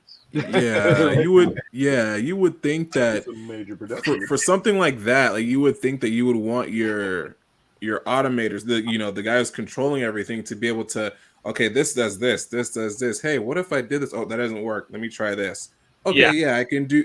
And then you also mentioned that with the Michelangelo stunt guy, he was Japanese, so all his lines were Japanese. So it's hard to like. And we interviewed a couple of voice actors, and one of them in particular, they did the voice of Vegeta, and he would say for Dragon Ball Z, and he said when he would do his voice lines, they would have to match the English voice lines to the Japanese lips. So it makes it so it's like it sounds like they're saying something in English, but they just have to match it. And to kind of look at that and say, well, you were like in that weird particular same situation where like you have to move Michelangelo's lips to say something in English, but your actor is speaking his line in Japanese. So it's like it makes it hard to kind of get that transition because there's no like it's not like you have the lines there with you and you're like, oh, I'm actually saying this. I just have to look at the line and make his lips move saying this line. But it's like I gotta listen to what he's saying and then they're gonna have to VO it later, and it's not gonna make it look any. And I mean, Japanese is obviously a different language than English, so Yeah. a lot of words aren't going to translate. So Mhm. you might have a word that says, glass, which is one word, but in Japanese it might take 3 words to describe what a glass is. Yeah. Yeah. So Yeah. they might even, take longer to say something, or they might take shorter to say something. So Mhm. stop making Yeah. the motion, maybe the line is, oh, look, it's the Power Rangers, let's become their friends. Hmm. So the movement would be like, oh, look, it's the Power Rangers, let's become their friends. But that might take 3 words in Japanese. Yeah. And so he's Mhm. done. It's just like, See? I still got 4 other words that I gotta say. Goddamn hands. Yeah. Uh-huh. But yeah, I know, and I know, like with anime, compared to animation out here in the States, I guess they do it a little differently. Like they do the animation first, and then they bring in the voice actors and go, now say something that you think he would say. And it's like, I don't know. So it's just it's all weird. Now I know that the only thing that I kept thinking about, because everything wasn't syncing, is there were voice actors for the Ninja Turtles up in Vancouver, and they had already recorded their lines. That's what they did. They came in, did their lines, and recorded them, and then of course they got to bring them back and go, yeah, you know what? None of that's going to fit with what was filmed. So we need to go back, and you need to come up with something. So I imagine I want to officially apologize to whoever did the voice for Michelangelo, because I know he's going, who Townsend Coleman. do you know him? Yeah, I'm gonna see him in Columbus in May. All right, well, please give a formal apology from Ian Petrella that I probably made his life was probably a living hell when they said, okay, none of your dialogue is gonna fit. So come up with something that matches that. And he's probably going, Oh man, hey, that's not even. I don't even know what that is. So yeah. I'll buy him a drink one day if I ever. I think it's cool to just have that on your but you have it on your resume. You're like, hey, I did the puppeteering for Michelangelo, and it's like, even though it was bad, I puppeteered. Still got it on the resume. Exactly, it's on the resume now. Ninja Turtle. I got to be part of Ninja Turtle lore. Yes. Yeah, exactly. Whether it's good or bad. I mean, let's face it. All the people in Force Awakens, they got to be part of Star Wars. That's very true. Exactly. Yep. Right? Yeah. That's very true. That's true. Tell you what about the movie? They got to be in Star Wars. Yeah, someone come up to someone like, "Hey, your movie sucked." I was like, "So I was part of Star Wars." You're right. I really don't care. Are you part of Star I'm Wars? part of Star Wars now. So my character is lore now. You can't touch my character at all because he's lore now. All right. Real quick before we get into what we're about to do, tell me about this, Ian. Oh, wow. That's from Impractical Jokers. Okay, so does everybody know who that is? He's from Impractical Jokers. Okay. We even get that up here in Canada. Yeah. So, fellow Canadian. So Sal is actually a fan of the movie. Oh, cool. And I got to go see my friend Julie, who became friends with their road manager, told me that they were performing in Pittsburgh and we got tickets to go see them. So I was like, oh, this is really cool. So I got to go down to Pittsburgh and see their live show that they do. And it's amazing. It's a lot of fun if you get a chance to see it, if they're still doing it. And then I got to go backstage and meet all the Impractical Jokers. And Sal was, he was the biggest fan of all. He's super nice and super cool. So, we talked for, a whole lot and exchanged numbers and everything.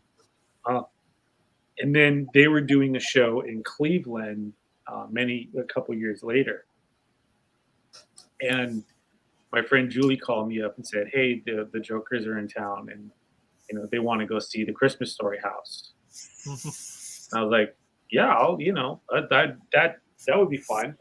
But it was only Sal. The other guys didn't want to go. So it was just Sal. So, and I told him, I said, if you want, I'll tell the Christmas Story house that I'm bringing one of the Jokers. So, let's go there after hours, and then he could have, the run and not get bothered. But, Sal was like, "No, we'll just go. It's fine." So we went there and showed up with them, and I'm walking around, and he's asking me questions, and I'm answering questions, and I'm just being a tour guide to Sal. And the funniest thing that happened is we're walking around, and there were these two girls, and they stopped, and I'm standing right with Sal, and they stop, and they're just shocked, and they just like, "Oh my God, it's you. Can I get a picture with you?" And I just sort of like step off to the side, and Sal's looking at me like, "That's for you, right?" I'm like,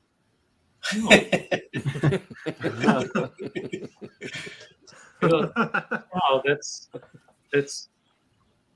And they said it. They go, "We're a big Impractical Jokers fans." So he goes and he takes a picture, and I do my thing. I step aside and let him do his thing. And Sal comes back and he goes, "I totally thought that was for you." I go, "You're full of shit. What do you mean?" He's like, "Well, I mean, this is your place." I go, "Sal, nobody knows who I am here. But they don't know." And he goes, "Well, I'm going to tell them." I go, just don't. And so he told them. So, and they were happy. They were, because they were obviously fans of the movie. So for them, it's like they got to meet Sal, and I guess they got to meet the kid from A Christmas Story. So, so they took a picture with me, and that was very cool. But yeah, it was just so funny because he told me, he goes, "Well, I figured you'd come here, and this is like your kingdom." No, it's not my kingdom. No kingdom. So I was really worried that more people, didn't recognize him. Right. I mean, he's a way bigger name than, and I mean, at that time, I mean, that was still at, the height of Impractical Joker's success. Yeah. Mm-hmm. And I went to go see his show that night, and I mean, it was sold out. Yeah. So, yeah, they're popular. I guess, I don't know. People ask, do I still talk to him? Like, I never really talked to him. We exchange numbers because that's the polite thing to do when you meet somebody. And then you would just, send like, "Hey, what's up, dude? Hope everything's well." Maybe you get a response back. "Thanks, man. Mm-hmm. You too." Or you wouldn't get anything back. But I never bugged me. But the one thing I did do, and I did ask him about, and I was actually serious about this, and he seemed interested, but it just wouldn't happen, as I said, we should do, he said it would be fun to do a holiday Impractical Jokers where you challenge me in the cast, and we do like a back and forth just for the holidays. So it'd be the 4 Jokers and then us 4 cast members. And we would kind of prank each other and have to do the whole thing. Awesome. And he said, "Yeah, that'd be a great idea. The only problem is the way the show is filmed. It's really hard for them to plan anything because it is the show itself is still a very raw form of reality television. Mm-hmm. Where when they come up with an idea and they have to go to a location, they have to pitch the idea to the location and say, "This is what we want to do." And then they have to wait and wait and wait and wait and wait until they get the okay and says, "You can go to that location now." Mm-hmm. So for us to try and plan a show would almost be, almost impossible, right, to do. And I said, that's fair, So, or that's just his polite way of saying no.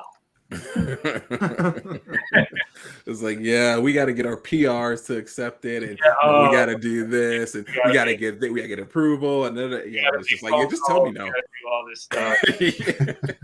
Yeah, so just tell me no. Just tell me this. Give me the short answer.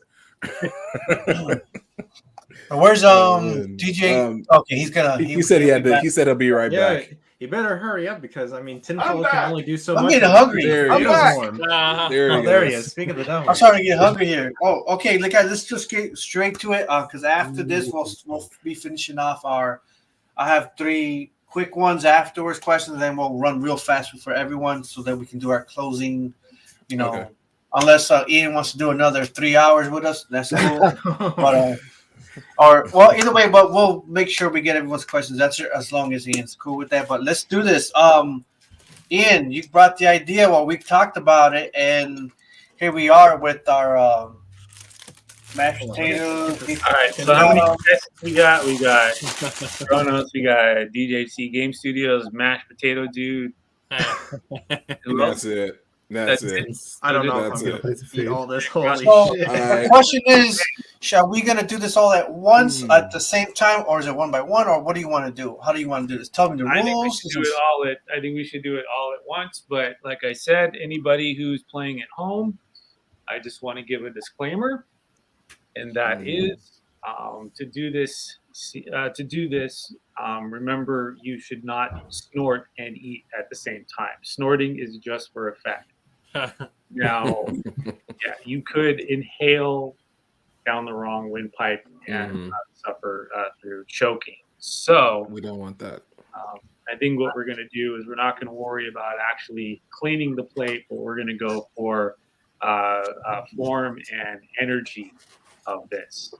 I always get a laugh. I always get a laugh at you laughing when you're snorting in the meatloaf. So let's right at that being said, I have a timer on my phone here for doing potatoes. You know. So let's see. Before we get started, just for everyone to get a good feel of it, real quick. Every family has a kid who won't eat. My kid brother had not eaten voluntarily in over 3 years. Randy, don't play with your food. Eat it. Starving people would be happy to have that. Can I have some more red cabbage?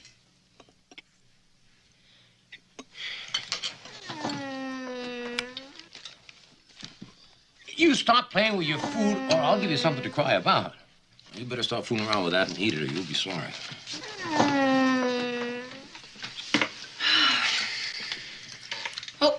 Can I please have some more? My mother had not had a hot meal for herself in 15 years. Meatloaf, double beetloaf. I hate meatloaf.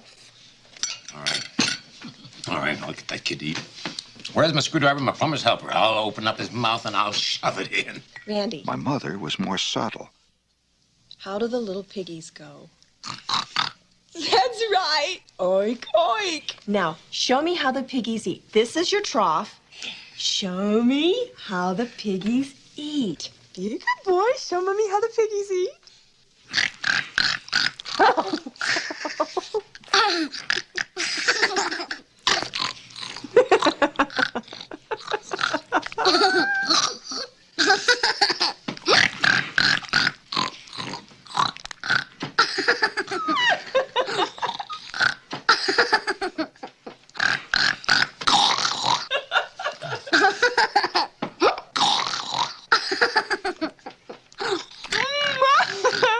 Mommy's little piggy.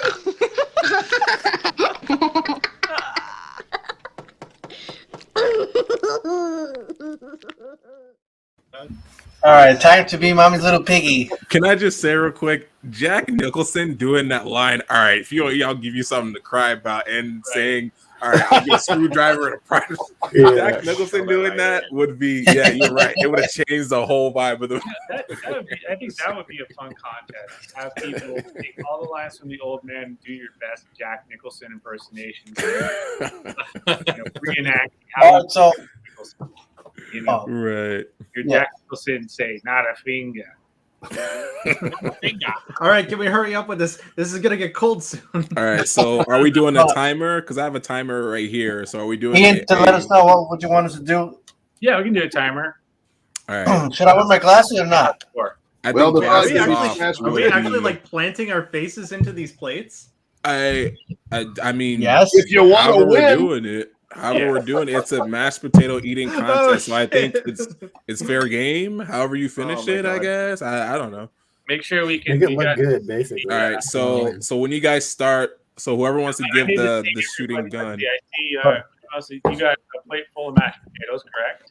Like, Yeah. okay, I'm gonna lose because look how much I made compared to everyone else. I made like a 7-person serving size on mine. This is huge. I thought it was Alright, about I'm- how much we ate and not, time. Oh, okay, Presentation. so Ian, real quick, hold on, Ian. How much time do you want to give us? I wouldn't say any more than maybe do 30 seconds. 30 seconds. Okay. Oh my God. Okay, so All right, we're gonna be like that, huh? All No, right. we're just trying to. Are we just trying to eat as much as we can, or just whatever, just make a mess, or? You're creating, Huh? doing the character. That's what What? it is. So mhm. your best impersonation, because Oh. if you eat, I mean that's going to take forever. So let's give it 30 seconds. I think that's a good Okay. enough. Oh no, I'm All gonna. right, 30 seconds. All right, Ian, I'm gonna let you fire the gun, and I'm gonna hit the Go. start. And ready? Really? And go.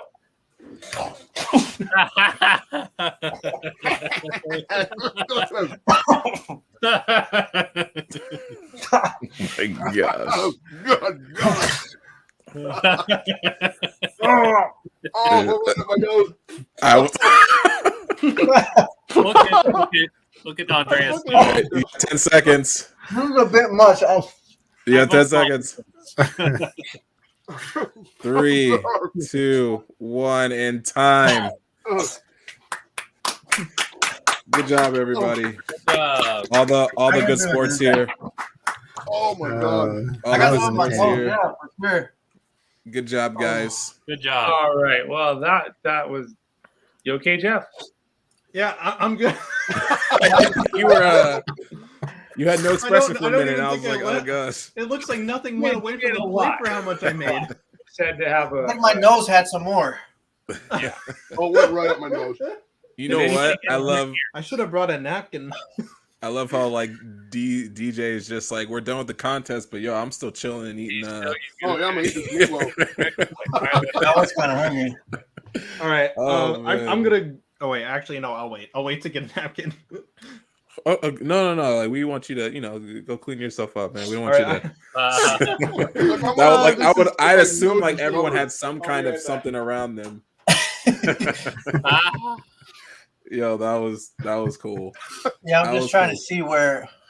That's a good thing you didn't wear your glasses, Chronos. 'Cause I was like, Yeah, no, I would smashed it. advise no headwear doing this, or no eyewear. Yeah, I got some stuff right here, but it's fine. I'm okay.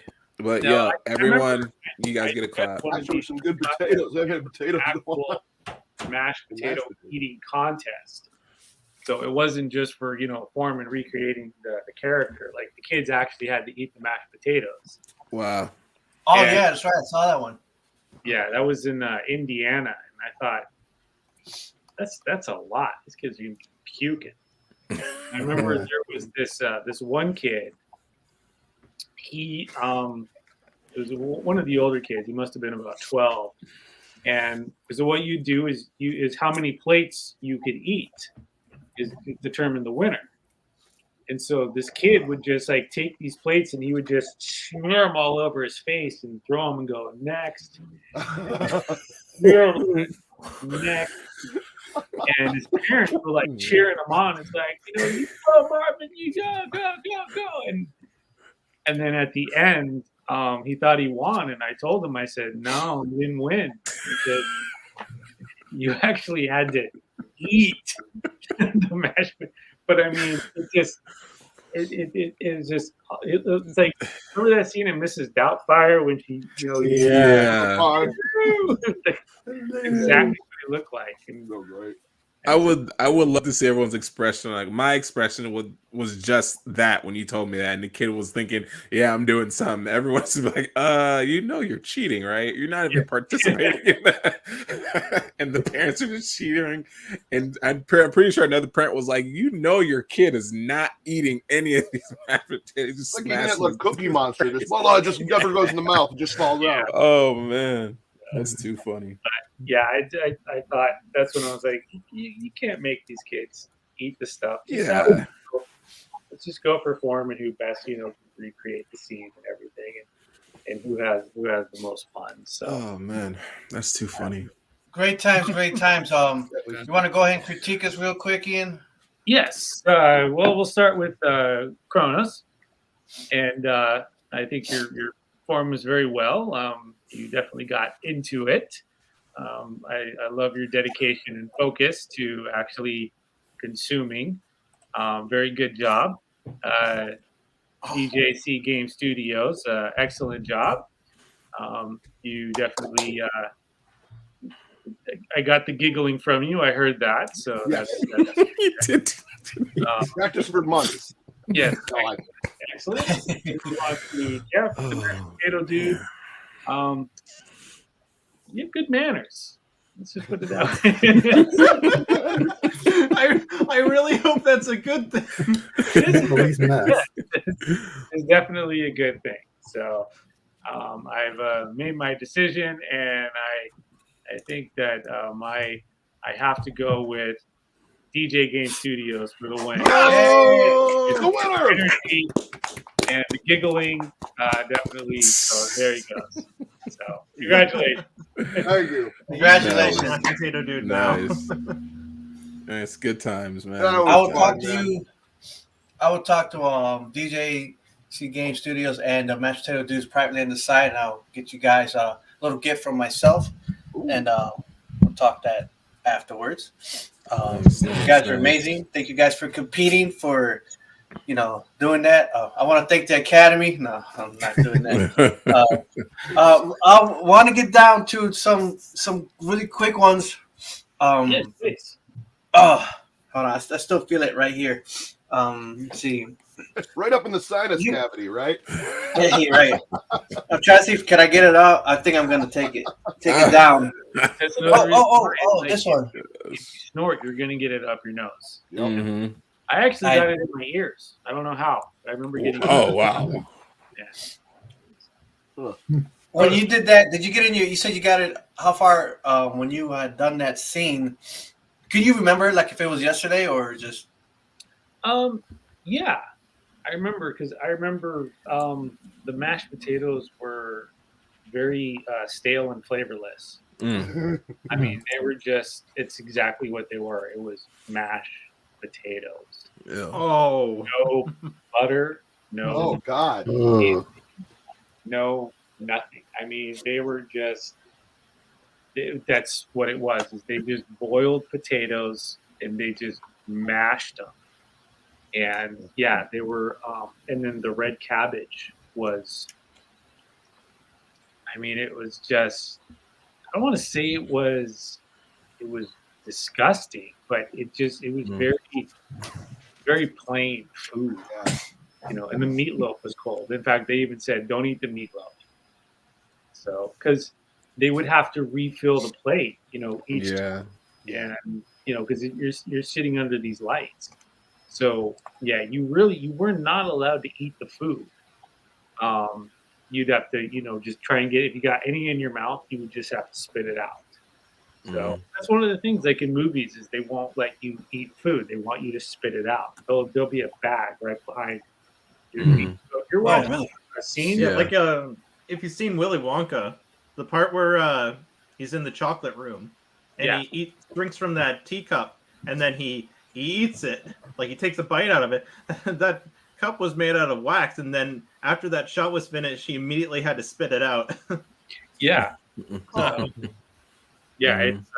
and I know it's like if you watch like a scene where it's an elegant movie or a couple's on a date, they're being romantic and eating and they're saying nice things to one another. Just in your mind, as soon as you cut from whoever that person is, they're just Yeah. Yeah. So, Imagine if dates like that were like that in real life. say what? Imagine if dates were like that in real life. I kind of messed up my speech there. Sorry. Oh no, I'm sure we probably had a few of those. Oh yeah. I can account to I always some. wondered about how that was, you know, with Like I dated a bulimia, so it was kind of similar. let's go into this guy right here. Tell me about this. I am sorry. No, it's. I think this is a free range show. You can be yourself on here, I believe. Tell me about him. Hey, it's this guy. Hey, Kevin Pollak. This guy is Right. Mm-hmm. Kevin Pollak. So when I was at the house, it was a slow day. There wasn't many people there, and I wasn't working. It was an off day, and they called me and said, "Hey," and they kind of had a chuckle in their voice, like, "Hey, you gotta come down here. Kevin Pollak wants to meet you." And I'm going, "It's some guy who looks like Kevin Pollak," you know. I didn't think it was actually Kevin Pollak, you know. Whatever. I said, "Oh." So I didn't like rush down there. I like took my time. I was probably doing something, you know. And so I got dressed and I went down there, and sure enough, it was Kevin Pollak in the museum, standing there with his girlfriend. And they go, "Oh, Ian, this is Mr. Pollak." And I was like, "Okay." Then it was. And they told him that I was here, and I guess he's a fan of the film. He was like, "Yeah, I want to meet him." So I talked to him and took pictures with him, and he said, "Well, you know, what are you doing tonight?" I said, "Nothing." He's like, "Well, I'm performing at this show. If you want, you know, I'll put you on the list." Yeah, okay. So I got to go see Kevin Pollak, and then afterwards, we hung out and had drinks. And it was just cool. like such a weird moment, because being part of this movie, it's like you get these little moments where you get to hang out with certain people. Yeah. And feel like a celebrity, and then but you know you're not. Like there's almost kind of a feeling of like, I'm not supposed to be here. I don't deserve this. This is not for me. You know, why am I hanging out with Kevin Pollak and he's giving me praise? Like, this is not right. There's something wrong. There's a glitch in the matrix. Something's wrong. Right. But no, it was, you know, that was, you know, it was a very fun night. I mean, you know, he's like, "Yeah, let's, you know, give me your number. Here's my number." I'm like, "What am I going to do with your number? I'm not going to call you up. You're a busy guy. You're a famous comedian. You're doing movies. You're doing all sorts of stuff." Now, somebody with half a brain to be like, "Oh, I got a connection," but I'm too busy thinking, "Well, I don't want to bug you," you know. So, but yeah, you know, that was one of the coolest things. So I got to take Sal to Christmas Story House and meet Kevin Pollak. Now, at the same time, that year that was happening, that's when they were filming the first Avengers. And they were filming parts of it in Cleveland. Oh, okay. And that's when I was like, please, but either Sam or Scarlett stop by. That's Nice. you know, it's Right. So, but they never stopped by. They never stopped by. So, a lot of the crew and the production crew came by to the house, and, you know, visited, but never got one of the actors. I was really hoping to at least meet one of them. That would have been cool. And also, I wanted to ask two more, and then I want to give it to the guys so we can close out. You spent a year living in the house. Can you tell me about that? Yeah. So this is, you know, it's one of the things, like, no one's ever really asked me about it. Now, there's a reason why nobody's ever, you know, people have asked about the house. They've said, you know, "Oh, have you been to the house?" And I've always said, I don't talk about the house. And I'll get into why, you know, I don't talk about the house. But now I'm starting to talk about the house and what happened. So back in 2010, I was living in LA, and just nothing was really going on, you know, as far as like life or, you know, career. And I was really, really, really good friends with Brian Jones, who owned the house in Cleveland. And so we would talk all the time, and I told him, I said, yeah, there's just really nothing going on. I don't know. He made this joke. He said, well, you can come live in the house and give tours. I was like, yeah, very funny, whatever. I'm not going to do that. And he would kind of, every time we talk, he would go on about it. Like, it'd be really funny if you did that. I'm like, Brian, leave me alone about it. I'm not going to do it. But after a while, I said, maybe it would be funny. Your mom goes. I said, let's go ahead. Let's go ahead. Let's do it. So now in the house, there's the house, and then there's an upstairs living area, the little bedroom, bathroom, living room, and a kitchen. So you can actually live inside the house and get, an actual shower. You're not, sleeping in that creepy You want to room, stay at the Ralphie's room. Uncomfortable beds. It's not that. You actually have an actual apartment upstairs. So I went there in 2010. It was around the summertime. And I didn't really know what to expect because I thought, why are we doing this in the summertime? This seems ridiculous. But apparently summer was one of their big seasons. So there were a lot of people that showed up. So there was an opportunity to do something. And I did actually make, quite a bit of money just by selling autographs to people. So that was good. Yeah. And then, obviously the holidays roll around and, it was a lot bigger. And so the first half of it was great. I mean, we had a good time. Everything was great. And then around December, November was great. Now, being in Cleveland, I had met a girl. And a couple of friends of mine took me bar hopping in the Lakewood area, which I did not want to do. But they forced me, and I said, all right, but I just have to be back by midnight because I got to get up early in the morning. So we went to this bar hop. We went bar hopping. And it was just one of those. I mean, I was in my 30s back then. And they're just taking me to all these 20, something bars. I'm like, this is just not my scene. I can't. I'm a little old for this. But they took me to this one bar, and I ended up meeting this girl, and she just could not look more bored to be where she was. And I was like, that's who I need to talk to because you look exactly like how I feel. So we just talked. Got her number, and eventually, went on dates and actually got into a relationship with this girl. So I had decided that I was going to stick around because the following January I was supposed to get on a plane and go back home. But I was like, no, met a hot chick. I'm going to stick around, So, and she was. That was the other thing. It's like, you're actually hot, So I'm going to, let's do this. So I stuck around, and by January, that's when, things died down. So I didn't have to do anything with the house, and I had the off season. But then, like everything, relationships take a turn, for the worse, and things were getting bad. And by July, I knew, this was coming to an end. And I was still doing, the summer season was kicking up. And doing tours. Now, at the time, on July 25th, that's when I knew we were going to break up.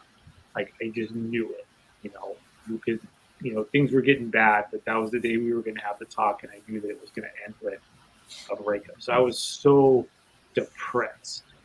Now, on that day, I was supposed to be on, it's a show called Kicking It with Kenny, and it's a live. Okay. This guy comes out and he's like, hey, we're here live at the Christmas Story House, and here's Ian Petrella. Really nice guy. Now, I knew I was about to get the biggest heartbreak of my life. So for me, I was like, I don't want to do this. I just want to, focus and everything. But you can't do that. As they say, time heals all wounds. I got 3 hours to heal these wounds before I go live on the air. So I thought the best way to do this is I'm going to take a couple shots of Jameson. So I take a couple shots, And I go, that's not enough. So I have an iced coffee, and I just pour whiskey into my iced coffee as I go on air. And I'm just guzzling this iced coffee with whiskey on air. And it was the best time I ever had on television because, one, you're numb and you don't feel anything. You're not worried about heartbreak, but you're now just, you know, I like to call it feeling festive as opposed to. And we had such a good time. And me and Kenny were doing, you know, shooting BB guns in the backyard. And I had said some off comment, like he handed me a BB gun. And I said, is this thing loaded? And he goes, it sure is. I go, good, so am I. And I was shooting. So after that, now, because when you mix, I guess, whiskey with coffee, it's a good combination because the whiskey numbs you up, but the sugar in the coffee keeps you alert. So it was the perfect combination. So I wasn't like Dean Martin, like, hey, I was alert and awake. And so after that, I got a call from everybody in the house, and they said, Ian, you did such a good job. That was awesome. That's what we want to see from now on. And I said, you got it. Once we got this. Yeah. So man. The girl came over, we broke up. It was devastating. And so from then on, I did all the tours drunk off of coffee and Jameson. So anybody who came through that house, I would go down the stairs with my drink. Now, I would separate it so I wasn't sloshing all over the place. You know, I still was, you know, coherent, but it was, every day was just like an absolute party. And I had so much fun, you know, because one, I was, you know, medicating myself with this horrible thing that happened to me. And then I needed to be there. I needed to be there for everybody and, you know, perform. And everything was going good except for one day. I guess I just had too much, and you could smell it on my breath. And it wasn't one of the guests that found out. It was one of the workers, and they said, you know, they didn't come to me. They squealed somebody else and said, Ian's been drinking. And they came up. So the manager at the time came up to me and pulled me aside and he says, Ian, have you been drinking? I'm like, yeah. How else am I supposed to do this? And it's true. How else are you supposed to do this? Right. You know, 4 days a week, and you got to go out and entertain. And they said, why? Did anybody complain? I said, was there a guest who complained? And this is when I was slurring my words. You know, I'll try to talk to them first. You know, the manager was like, well, no, nobody complained. One of the workers said that they could smell alcohol in the breath. Well, then what's the problem? He said, if nobody's complaining and everyone's having a good time, let's just go for it. You know, so that's not what we're about here. You know, we're a family establishment. And they go, families drink. Yeah, most definitely. And they drink your holiday. You know, a lot of these people drink. So it kind of started, you know, a whole thing. Ultimately, it got me, you know, it got me kicked out. I got kicked out of the Christmas Story house. Wow. Actually, you know, and I remember getting into countless, you know, just discussions with, you know, one of the managers there, and said, you know, you can't do this. You can't drink. And I said, look, I know it's the wrong thing to do. It's the wrong thing to do for the right reasons. Because, you know, who was it? Anybody familiar with the comedian Doug Stanhope? I think I've heard of him. Yeah, God, I haven't seen it. I remember watching his stuff a while ago. Yeah. He talks about this one thing where he says, you know, no one talks about when alcohol is the hero. That's so great. Like, had I not, I just would have been bitter and upset and angry. But it's just that little bit of lubricant that you needed to just loosen you up and have a good time with people. And I did. And as soon as they said no more, that's when everything was just like, I don't want to talk to you. I don't want to be near you. I don't want to be near you. Understandable. You know, but it ultimately, that's what, you know, ended the relationship between me and the house and everything. Because I had, after all that and everything kind of settled a little bit, me and the girl, we actually got back together. Okay. And so I told Brian, I said, look, you know, I don't know what's now. At this point, tell me back up a little bit. I had actually moved out of the house to the apartment across the street, so I wasn't still living in the house. But because I was in this apartment and I knew I was going to stay, I said, you know, let me give you till the end of February, which February is only 28 days. It's not even a full month. I said, let me, you know, if I could stay in this apartment, I'll stay in this apartment and pay you rent and pay the utilities and all that, just so I don't have to move. But, you know, if me and the girl decide to move in together somewhere else, then, you know, I'll do that. But just give me till the end of February. And he goes, yeah, that's fine. No problem. You know, take your time. Well, a week later, he gives me an email saying, get out. Oh, man. And that kind of, you know, that I think was probably the worst, because this guy was my friend. And I, you know, I'm not saying, you know, that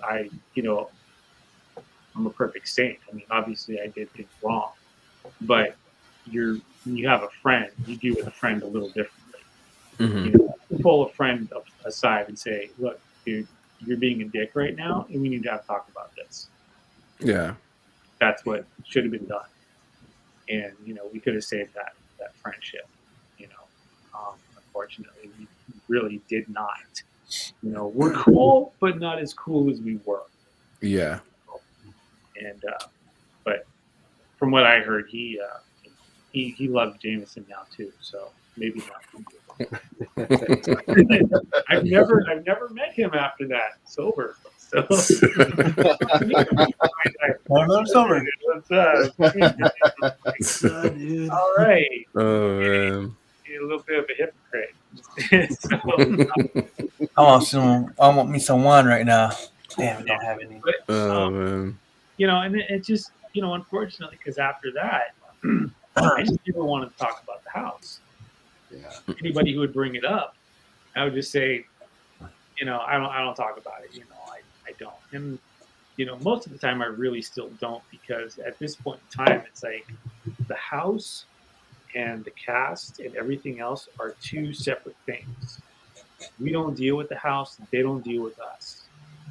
So we have nothing to do with the house. And the other thing is, you know, I didn't want to talk about the house, because if I mentioned anything about the house that says, oh yeah, it's a great place to go, that's just free publicity for them. And right now, I mean, the house is doing great. I mean, most people, when they think of Christmas Story, they think of that house, and they want to go, and they want to spend money, you know. But when it comes to us, it's like, we're just happy to meet you, and can we get a picture? And that's it. Right. So, you know, it's like, okay, that's fine. I'm not going to tell you don't go to the house. You can go, but I don't want to hear about it. I mean, if you knew your ex-girlfriend who broke up with you was getting married, you don't want somebody coming going, you should have been at the wedding. It was the most awesome wedding. I don't want to talk. Don't talk to me about that. You know, if you went to the wedding, that's great. So, right. So I'm starting to, you know, now it's like, you know what? Let's talk about the house, but let's talk about the shit that we're on. Yeah. Appreciate you talking with us about the house. And yeah, it's the first time I've ever talked about it. So I've never told exclusive right here. Exclusive. There you go. Yeah, we got the timestamp and everything, so no one can claim first time here. Like, no, we have it. We have it's right here. We got it. Here, if this doesn't make it any better, you know what? The cast doesn't know any of these Oh, What? wow. They don't know any of this shit. And they've never asked me. They knew that I was at the house. They've never asked me what we were like. We've never talked. Wow. There you go. Thank you. So that's why when DINO was like, Jack Ward's going to be it, like, he's gonna Who's be Zach? What's Zach? Like, I was there for a year. Yeah. Oh man. Like, what? You were? He's there. He's only there for this. He's We don't need there to know, for a couple days.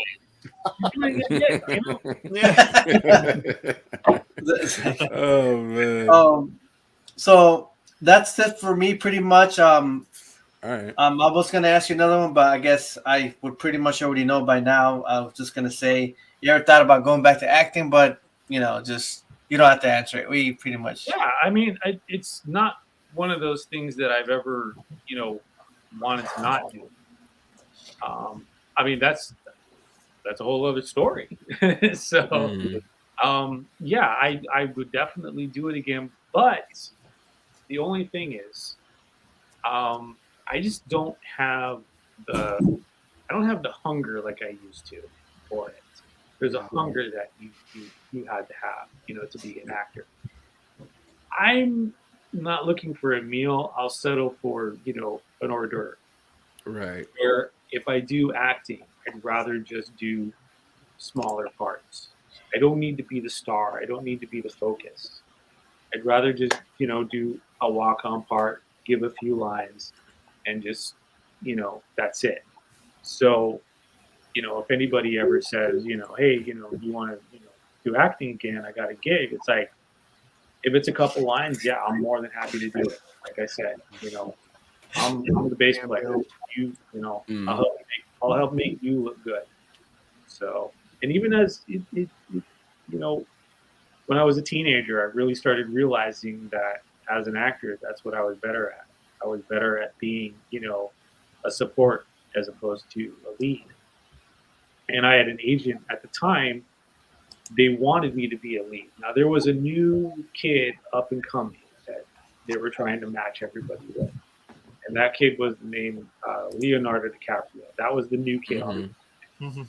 So everybody wanted to make the new Leonardo, and my agent wanted me to become the new Leonardo. I'm going, no, it's not going to happen. Crazy, But I said, but Leo's always going to need a friend. Yeah, exactly. Exactly. He's always going to have a supporting cast member. So don't send me out for the Leo part. Send me out for the friend of Leo parts. And I would be more than happy to do that. So, but they don't see it that way. There's no money in that. The prestige is in creating the new But also at that time, I mean, that was around 18, 19. And as far as acting goes, I mean, I wanted to be an actor, but I wanted to break into more, I wanted to learn more about the business. I wanted to learn more about writing, directing, producing, making my own films as opposed to just starring in them. So for me, any chance to be on a set was just a learning experience. So even if it was 1 line or 2 lines or under 5 lines, or just being Leo's friend, it's all a learning experience. But agents don't think like that sometimes. They just want they just want to make the next big thing.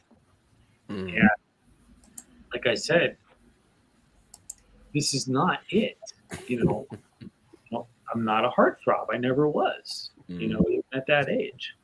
So yeah. So if anybody's out there and they want to cast me, just send me some sides, and I'll be more than happy to talk to you. Cool.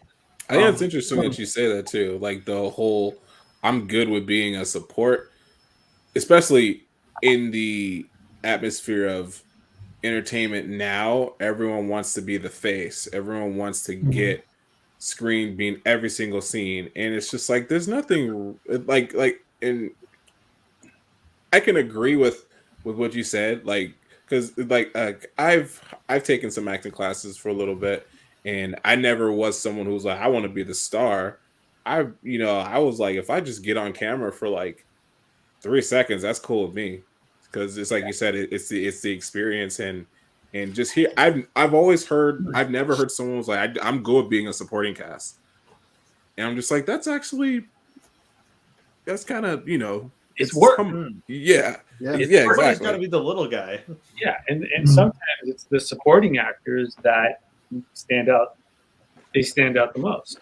Exactly. A lot of people make careers off of being a supporting actor. But also, one of the things about acting, at least in my opinion, you got to know what you're capable of. Mm-hmm. If you're not, a leading person, don't go for the leading person. And that's not me. I'm better at, being the supporting cast.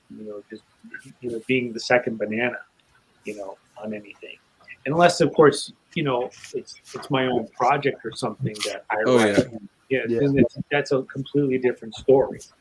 But when you're being casted for something, and but also, I mean, when I was younger, at least 18, 19, and where I wanted to go with acting, I didn't really think that I was going to get casted for anything. I thought I need to just do all this and practice, because I really knew that my adult years were going to be much better as far as acting. For everything that I wanted to do, I knew I had to wait to be, older. You can't be a teenager. There wasn't parts like that. For me growing up, my heroes were, Dan Aykroyd, Bill Murray, John Candy, all those guys. That's what I wanted to do. That's who I wanted to be. I wanted to be part of that group.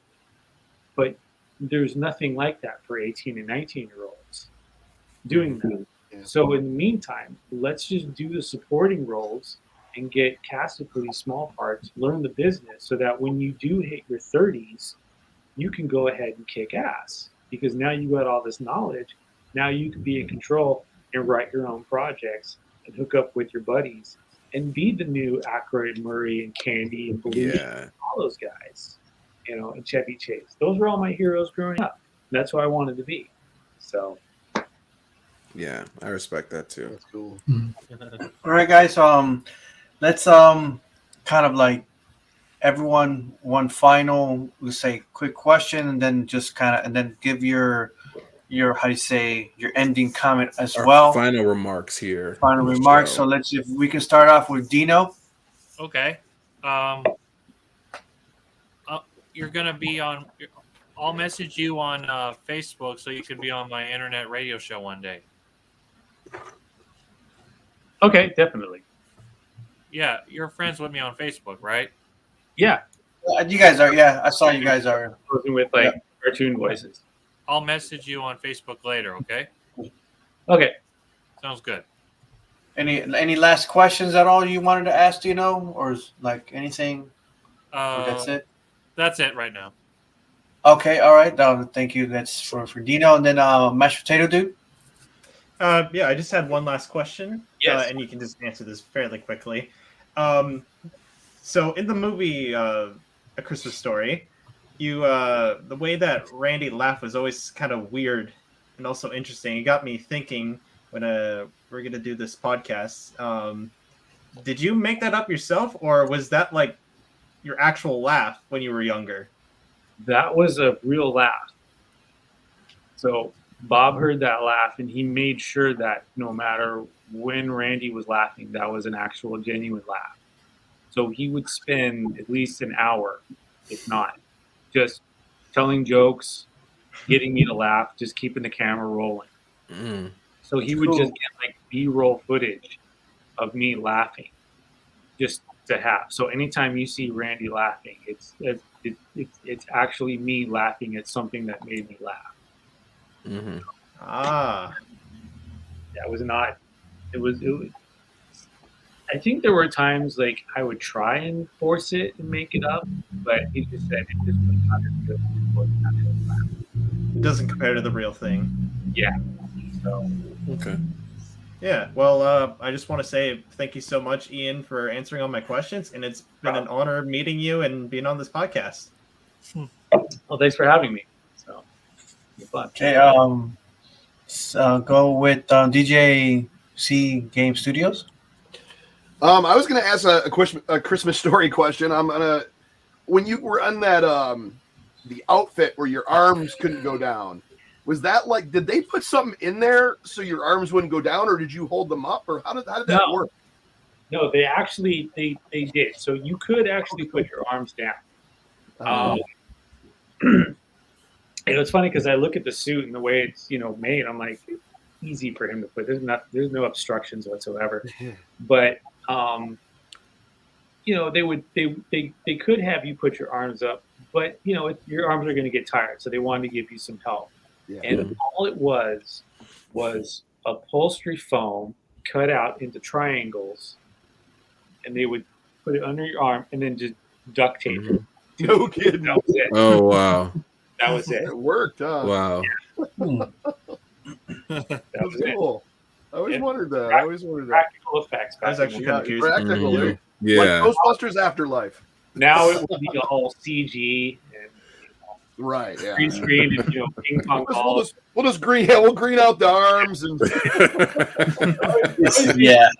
It's funny because I always made this joke, and not a lot of people got it. But what I used to do is we'd go around to theaters and play the movie, and I come out and say, welcome everybody, and it was right around like the 30th anniversary. So I'd say, welcome to the 30th anniversary of A Christmas Story. This is the new digitally remastered version. Now you might notice a few changes. For instance, Black Bart now shoots first. And nobody got it. Like nobody got it. Like not a single Star Wars fan in there. Wow. Because there's a scene where Ralphie shoots Black Bart. Yeah. The joke was, now Black Bart shoots first. Bastard. Agreed at it. It's just like joke. Oh man. Any last remarks on DJC? No, it's a pleasure meeting you, man. This has been awesome. It was fun. I got mashed potatoes in places I didn't know I had. I got to clean myself. Other than that, just awesome talking with you. Thank you. Cool. Let's see. And about Kotetsu? Really, you've answered all my questions. Thank you. It was an honor having you here. I was telling everyone, I was like, yeah, I'm gonna interview Ian. They're like, who? And they're like, Randy from Christmas Story. Oh, okay. It's not the same reaction from yeah. We were watching this like a week before we were watching Christmas Story, and I was like, oh yeah, we're gonna interview Ian Petrella, and they're like, who's that? I'm like, oh, hold on, his scene's coming up in a minute, and it's like, yep, right, the kid right there. It's like, oh, really? That's cool. And it's just like, yeah, but it was really cool to talk to you. Everything you had so much insight, with just what you've done, and I do appreciate it. I take everything to heart and apply it to whatever I'm gonna go for. So thank you. Okay, thank you, Kotetsu. And Ryan? Yeah, similarly, I don't have any more questions. So I just want to say, thank you very much for joining us. Thank you for giving us your time and sharing all the stories that you had with us, and for having some fun with us. I think my face still hurts from all the smiling and laughing at the mashed potatoes. Nothing of the other jokes throughout the night and the fun stories and that. So, yeah, thanks for coming on. We appreciate your time. No problem. Thank you. Cool. I think we should say thank you to all the participants too in this. Sure. Thank you. Thank you for that. Yeah. That is for just from the famous words of Steve Harvey. You guys are now on YouTube. That's on YouTube forever now. Yes. That's not going away. I'm actually gonna cut out that scene and do a separate video. That way people go directly to it. So did we talk everything? Any questions for us at all, Ian? Or just I don't know, just putting it out there. No, don't really have any questions. I mean, Did we talk about the did we mention the I think we talked about the Jim Henson project? We talk about that at all? Did we? Oh, a little bit. I mean, we didn't talk exactly what it was, but you know, we did mention it. Okay. So if you want to get a quick breakdown of what it was. Okay. So make sure we covered pretty much everything. All the good stuff. Yeah, you know what? I want to thank you, so much for the time and, talking to you, privately on the side and getting to know you as well. And, when we had that chat on the phone, so it was really awesome. And today, for the time you've given us, it's really great and inspiring to get to know you. We basically grew up rewatching the Christmas Story many times and learning more about, a little bit what's going on in life. And, we love all your stories and all that time, that we're never going to forget this. This is great, and appreciate you so much. That's what's great about, going back to, I think that's one of the great things about these podcasts is it's a more comfortable setting. We can just sit around and joke, and that's it. Talk a little shit, have a good time. Yeah, we don't need to be so formal. I know some of us in the cast, have to play that, I'm a very serious person and I gotta talk to I'm a professional. Just hang out. Yeah, grab a drink and hang out. Right. Stories, that's the best way to talk. So absolutely. I agree. So it's been definitely again an awesome time, and I want to appreciate everyone who joined us, everyone from the comment who came in, and everyone from Spider fan to all those who showed up. Thank everyone as well, Ryan, Kotetsu, DINO, MASHEDPOTATODUDE, DJC Game, to you guys as well, for being a part of this to help this memorable experience, especially you, Ian. I was gonna say one other thing. Dang it, it's just like it was here and it's out the other side. It was right there. It was there, but other than that, again, I'm just gonna end. Let's say this. Where we at here? Gotta find the video for our outro. I got the same one I played at first, but maybe I'm just gonna play the shorter version and just kind of end right there. And either way, I hope that we can continue. I'll say what's up, how you doing, Ian? Maybe talk to you later on and see what's going on. I hope that you got great things going for you in the future and whatever endeavors you got, and good luck to a lot of that. Just gotta buckle down and get to it. Take your time, we're here, and like I said, maybe we'll do part 2 one day and actually get drunk together live on Gamerz Realm. So either way, final statements from anyone really fast before I click out. No. Christmas Story is my favorite Christmas movie, if you don't count Die Hard as a Christmas movie. I was going to say that too. I was going to say Die Hard. I was going to say Die Hard too. I would say legitimately we watch it every Christmas Eve, me and my family. We made it always a tradition to watch that movie on Christmas Eve before we went to bed. Yeah. See, you have a tradition. You're in that movie. Is Die Hard a Christmas movie? In fact, it'll be on Christmas Eve to Christmas Day, 24 hours of a Christmas Story on TBS and TNT. Oh, really? Ian, I think you brought a good point, a great argument. That's probably been an argument of such a long time since the movie dropped. Is Die Hard? What was it? Die Hard 2? Is it Die Hard 2? They're both on Christmas. Yeah, that's right. Are they officially Christmas movies? Right. Is it, or is it just a movie that takes place on Christmas? It's a movie that takes place on Christmas. But I still like to call it a Christmas movie just to piss those people off that say it's not a Christmas movie. Right. Because doesn't Lethal Weapon takes place. Did you know? That is true. That is true. Gremlins takes place on Christmas. Did you know First Blood with Sylvester Stallone is a Christmas movie because in the police station there's Christmas decorations inside? Right. Yeah. So it's what declares a Christmas movie? Does it have to have the themes of Christmas, or can it just take place on Christmas and have the aesthetic? They're having a Christmas party, so it's a Christmas party that gets hijacked by terrorists. Now, awesome. Yeah, I do remember that. Is that a Halloween movie or a Christmas movie? Wait, for what? What was it again? Both? Both kind of. I guess it is both. Yeah. That would this be is cool. a topic for The next time you come on, Ian, we're gonna have There this you go. topic. Yeah. It's just Next gonna time be you a come on, whole we're gonna have podcast. this It's just topic 2 hours of debating. of with what Ian, is a quick. Christmas movie. Real quick, were you planning to do? Did you mention you were thinking of doing a podcast or something like that in the future? Or Not I thought a you not, mentioned. not really not a podcast. No, just a series of YouTube shorts. You know. Okay. Oh, YouTube shorts. Oh, okay. Yeah. Cool. But yeah, I'm not going to do any kind of like podcast. I don't know. Don't really have plans. Shorts. That's cool. I just enjoy being on them. So if more people have podcasts and want me to be on them, just let me know.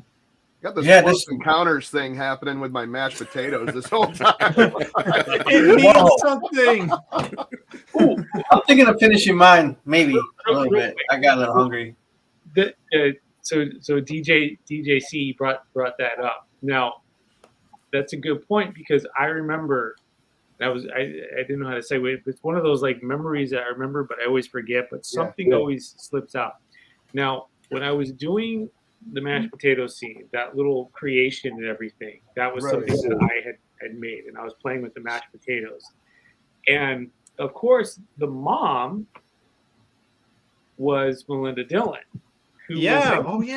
Close Encounters of Right. Oh my gosh. That's right. and she had said it would be funny if you built the mountain out of the mashed potatoes. Oh yeah. Oh Wow. wow. That's crazy. That would have been funny, but it's Another exclusive right here. Oh, exclusive. Okay.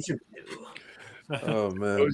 She thought it was kind of funny that she was in this one movie where mashed potatoes were the subject, and now she's in another movie where mashed potatoes are the subject. So there it Yeah, is. this has been a great early Christmas for us, and it was great to have this amazing time with you, Ian, and it's just it just awesome. This is amazing, and again, Merry Christmas to everyone, and those who are watching, and I want everyone to happy holidays. I didn't realize, but we almost like a 3-hour-long podcast. Mm-hmm. Oh crap!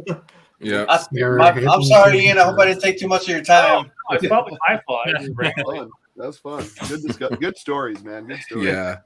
If anything else, we'll talk later. But for more stories another time. And other than that, we'll definitely have to cut it loose. And either way, I'm gonna start with the outro, and then right when the outro is starting, and then I'll cut it as end broadcast.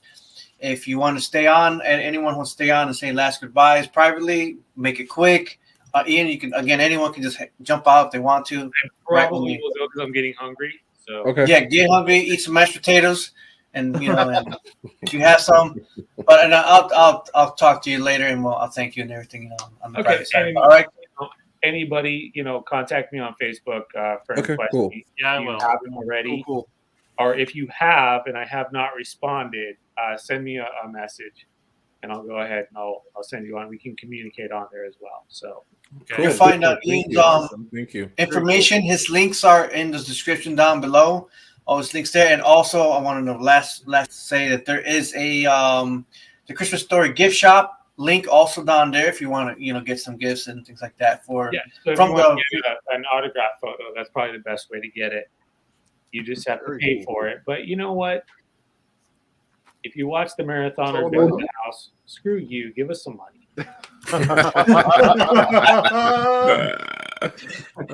So either way, you guys got all the info. Everyone else who's on here too as well. You can even find the DINO show information down below. You can find all the guys in their YouTube channels, DJC Game Studios, even Mashed Potatoes YouTube, even Kotetsu, even Ryan. You can find all of us. You can look us up. Either way. Other than that, peace out. Merry Christmas to all you guys, and Happy New Year's as well. And we're gonna get out of here, and I'm gonna finish these potatoes. So I'll see you guys. I'm not even looking at those potatoes. Thank you again, Ian. Everyone have a good night. We are out. Happy holidays. Take care, everyone. Cheers, everyone. Peace out.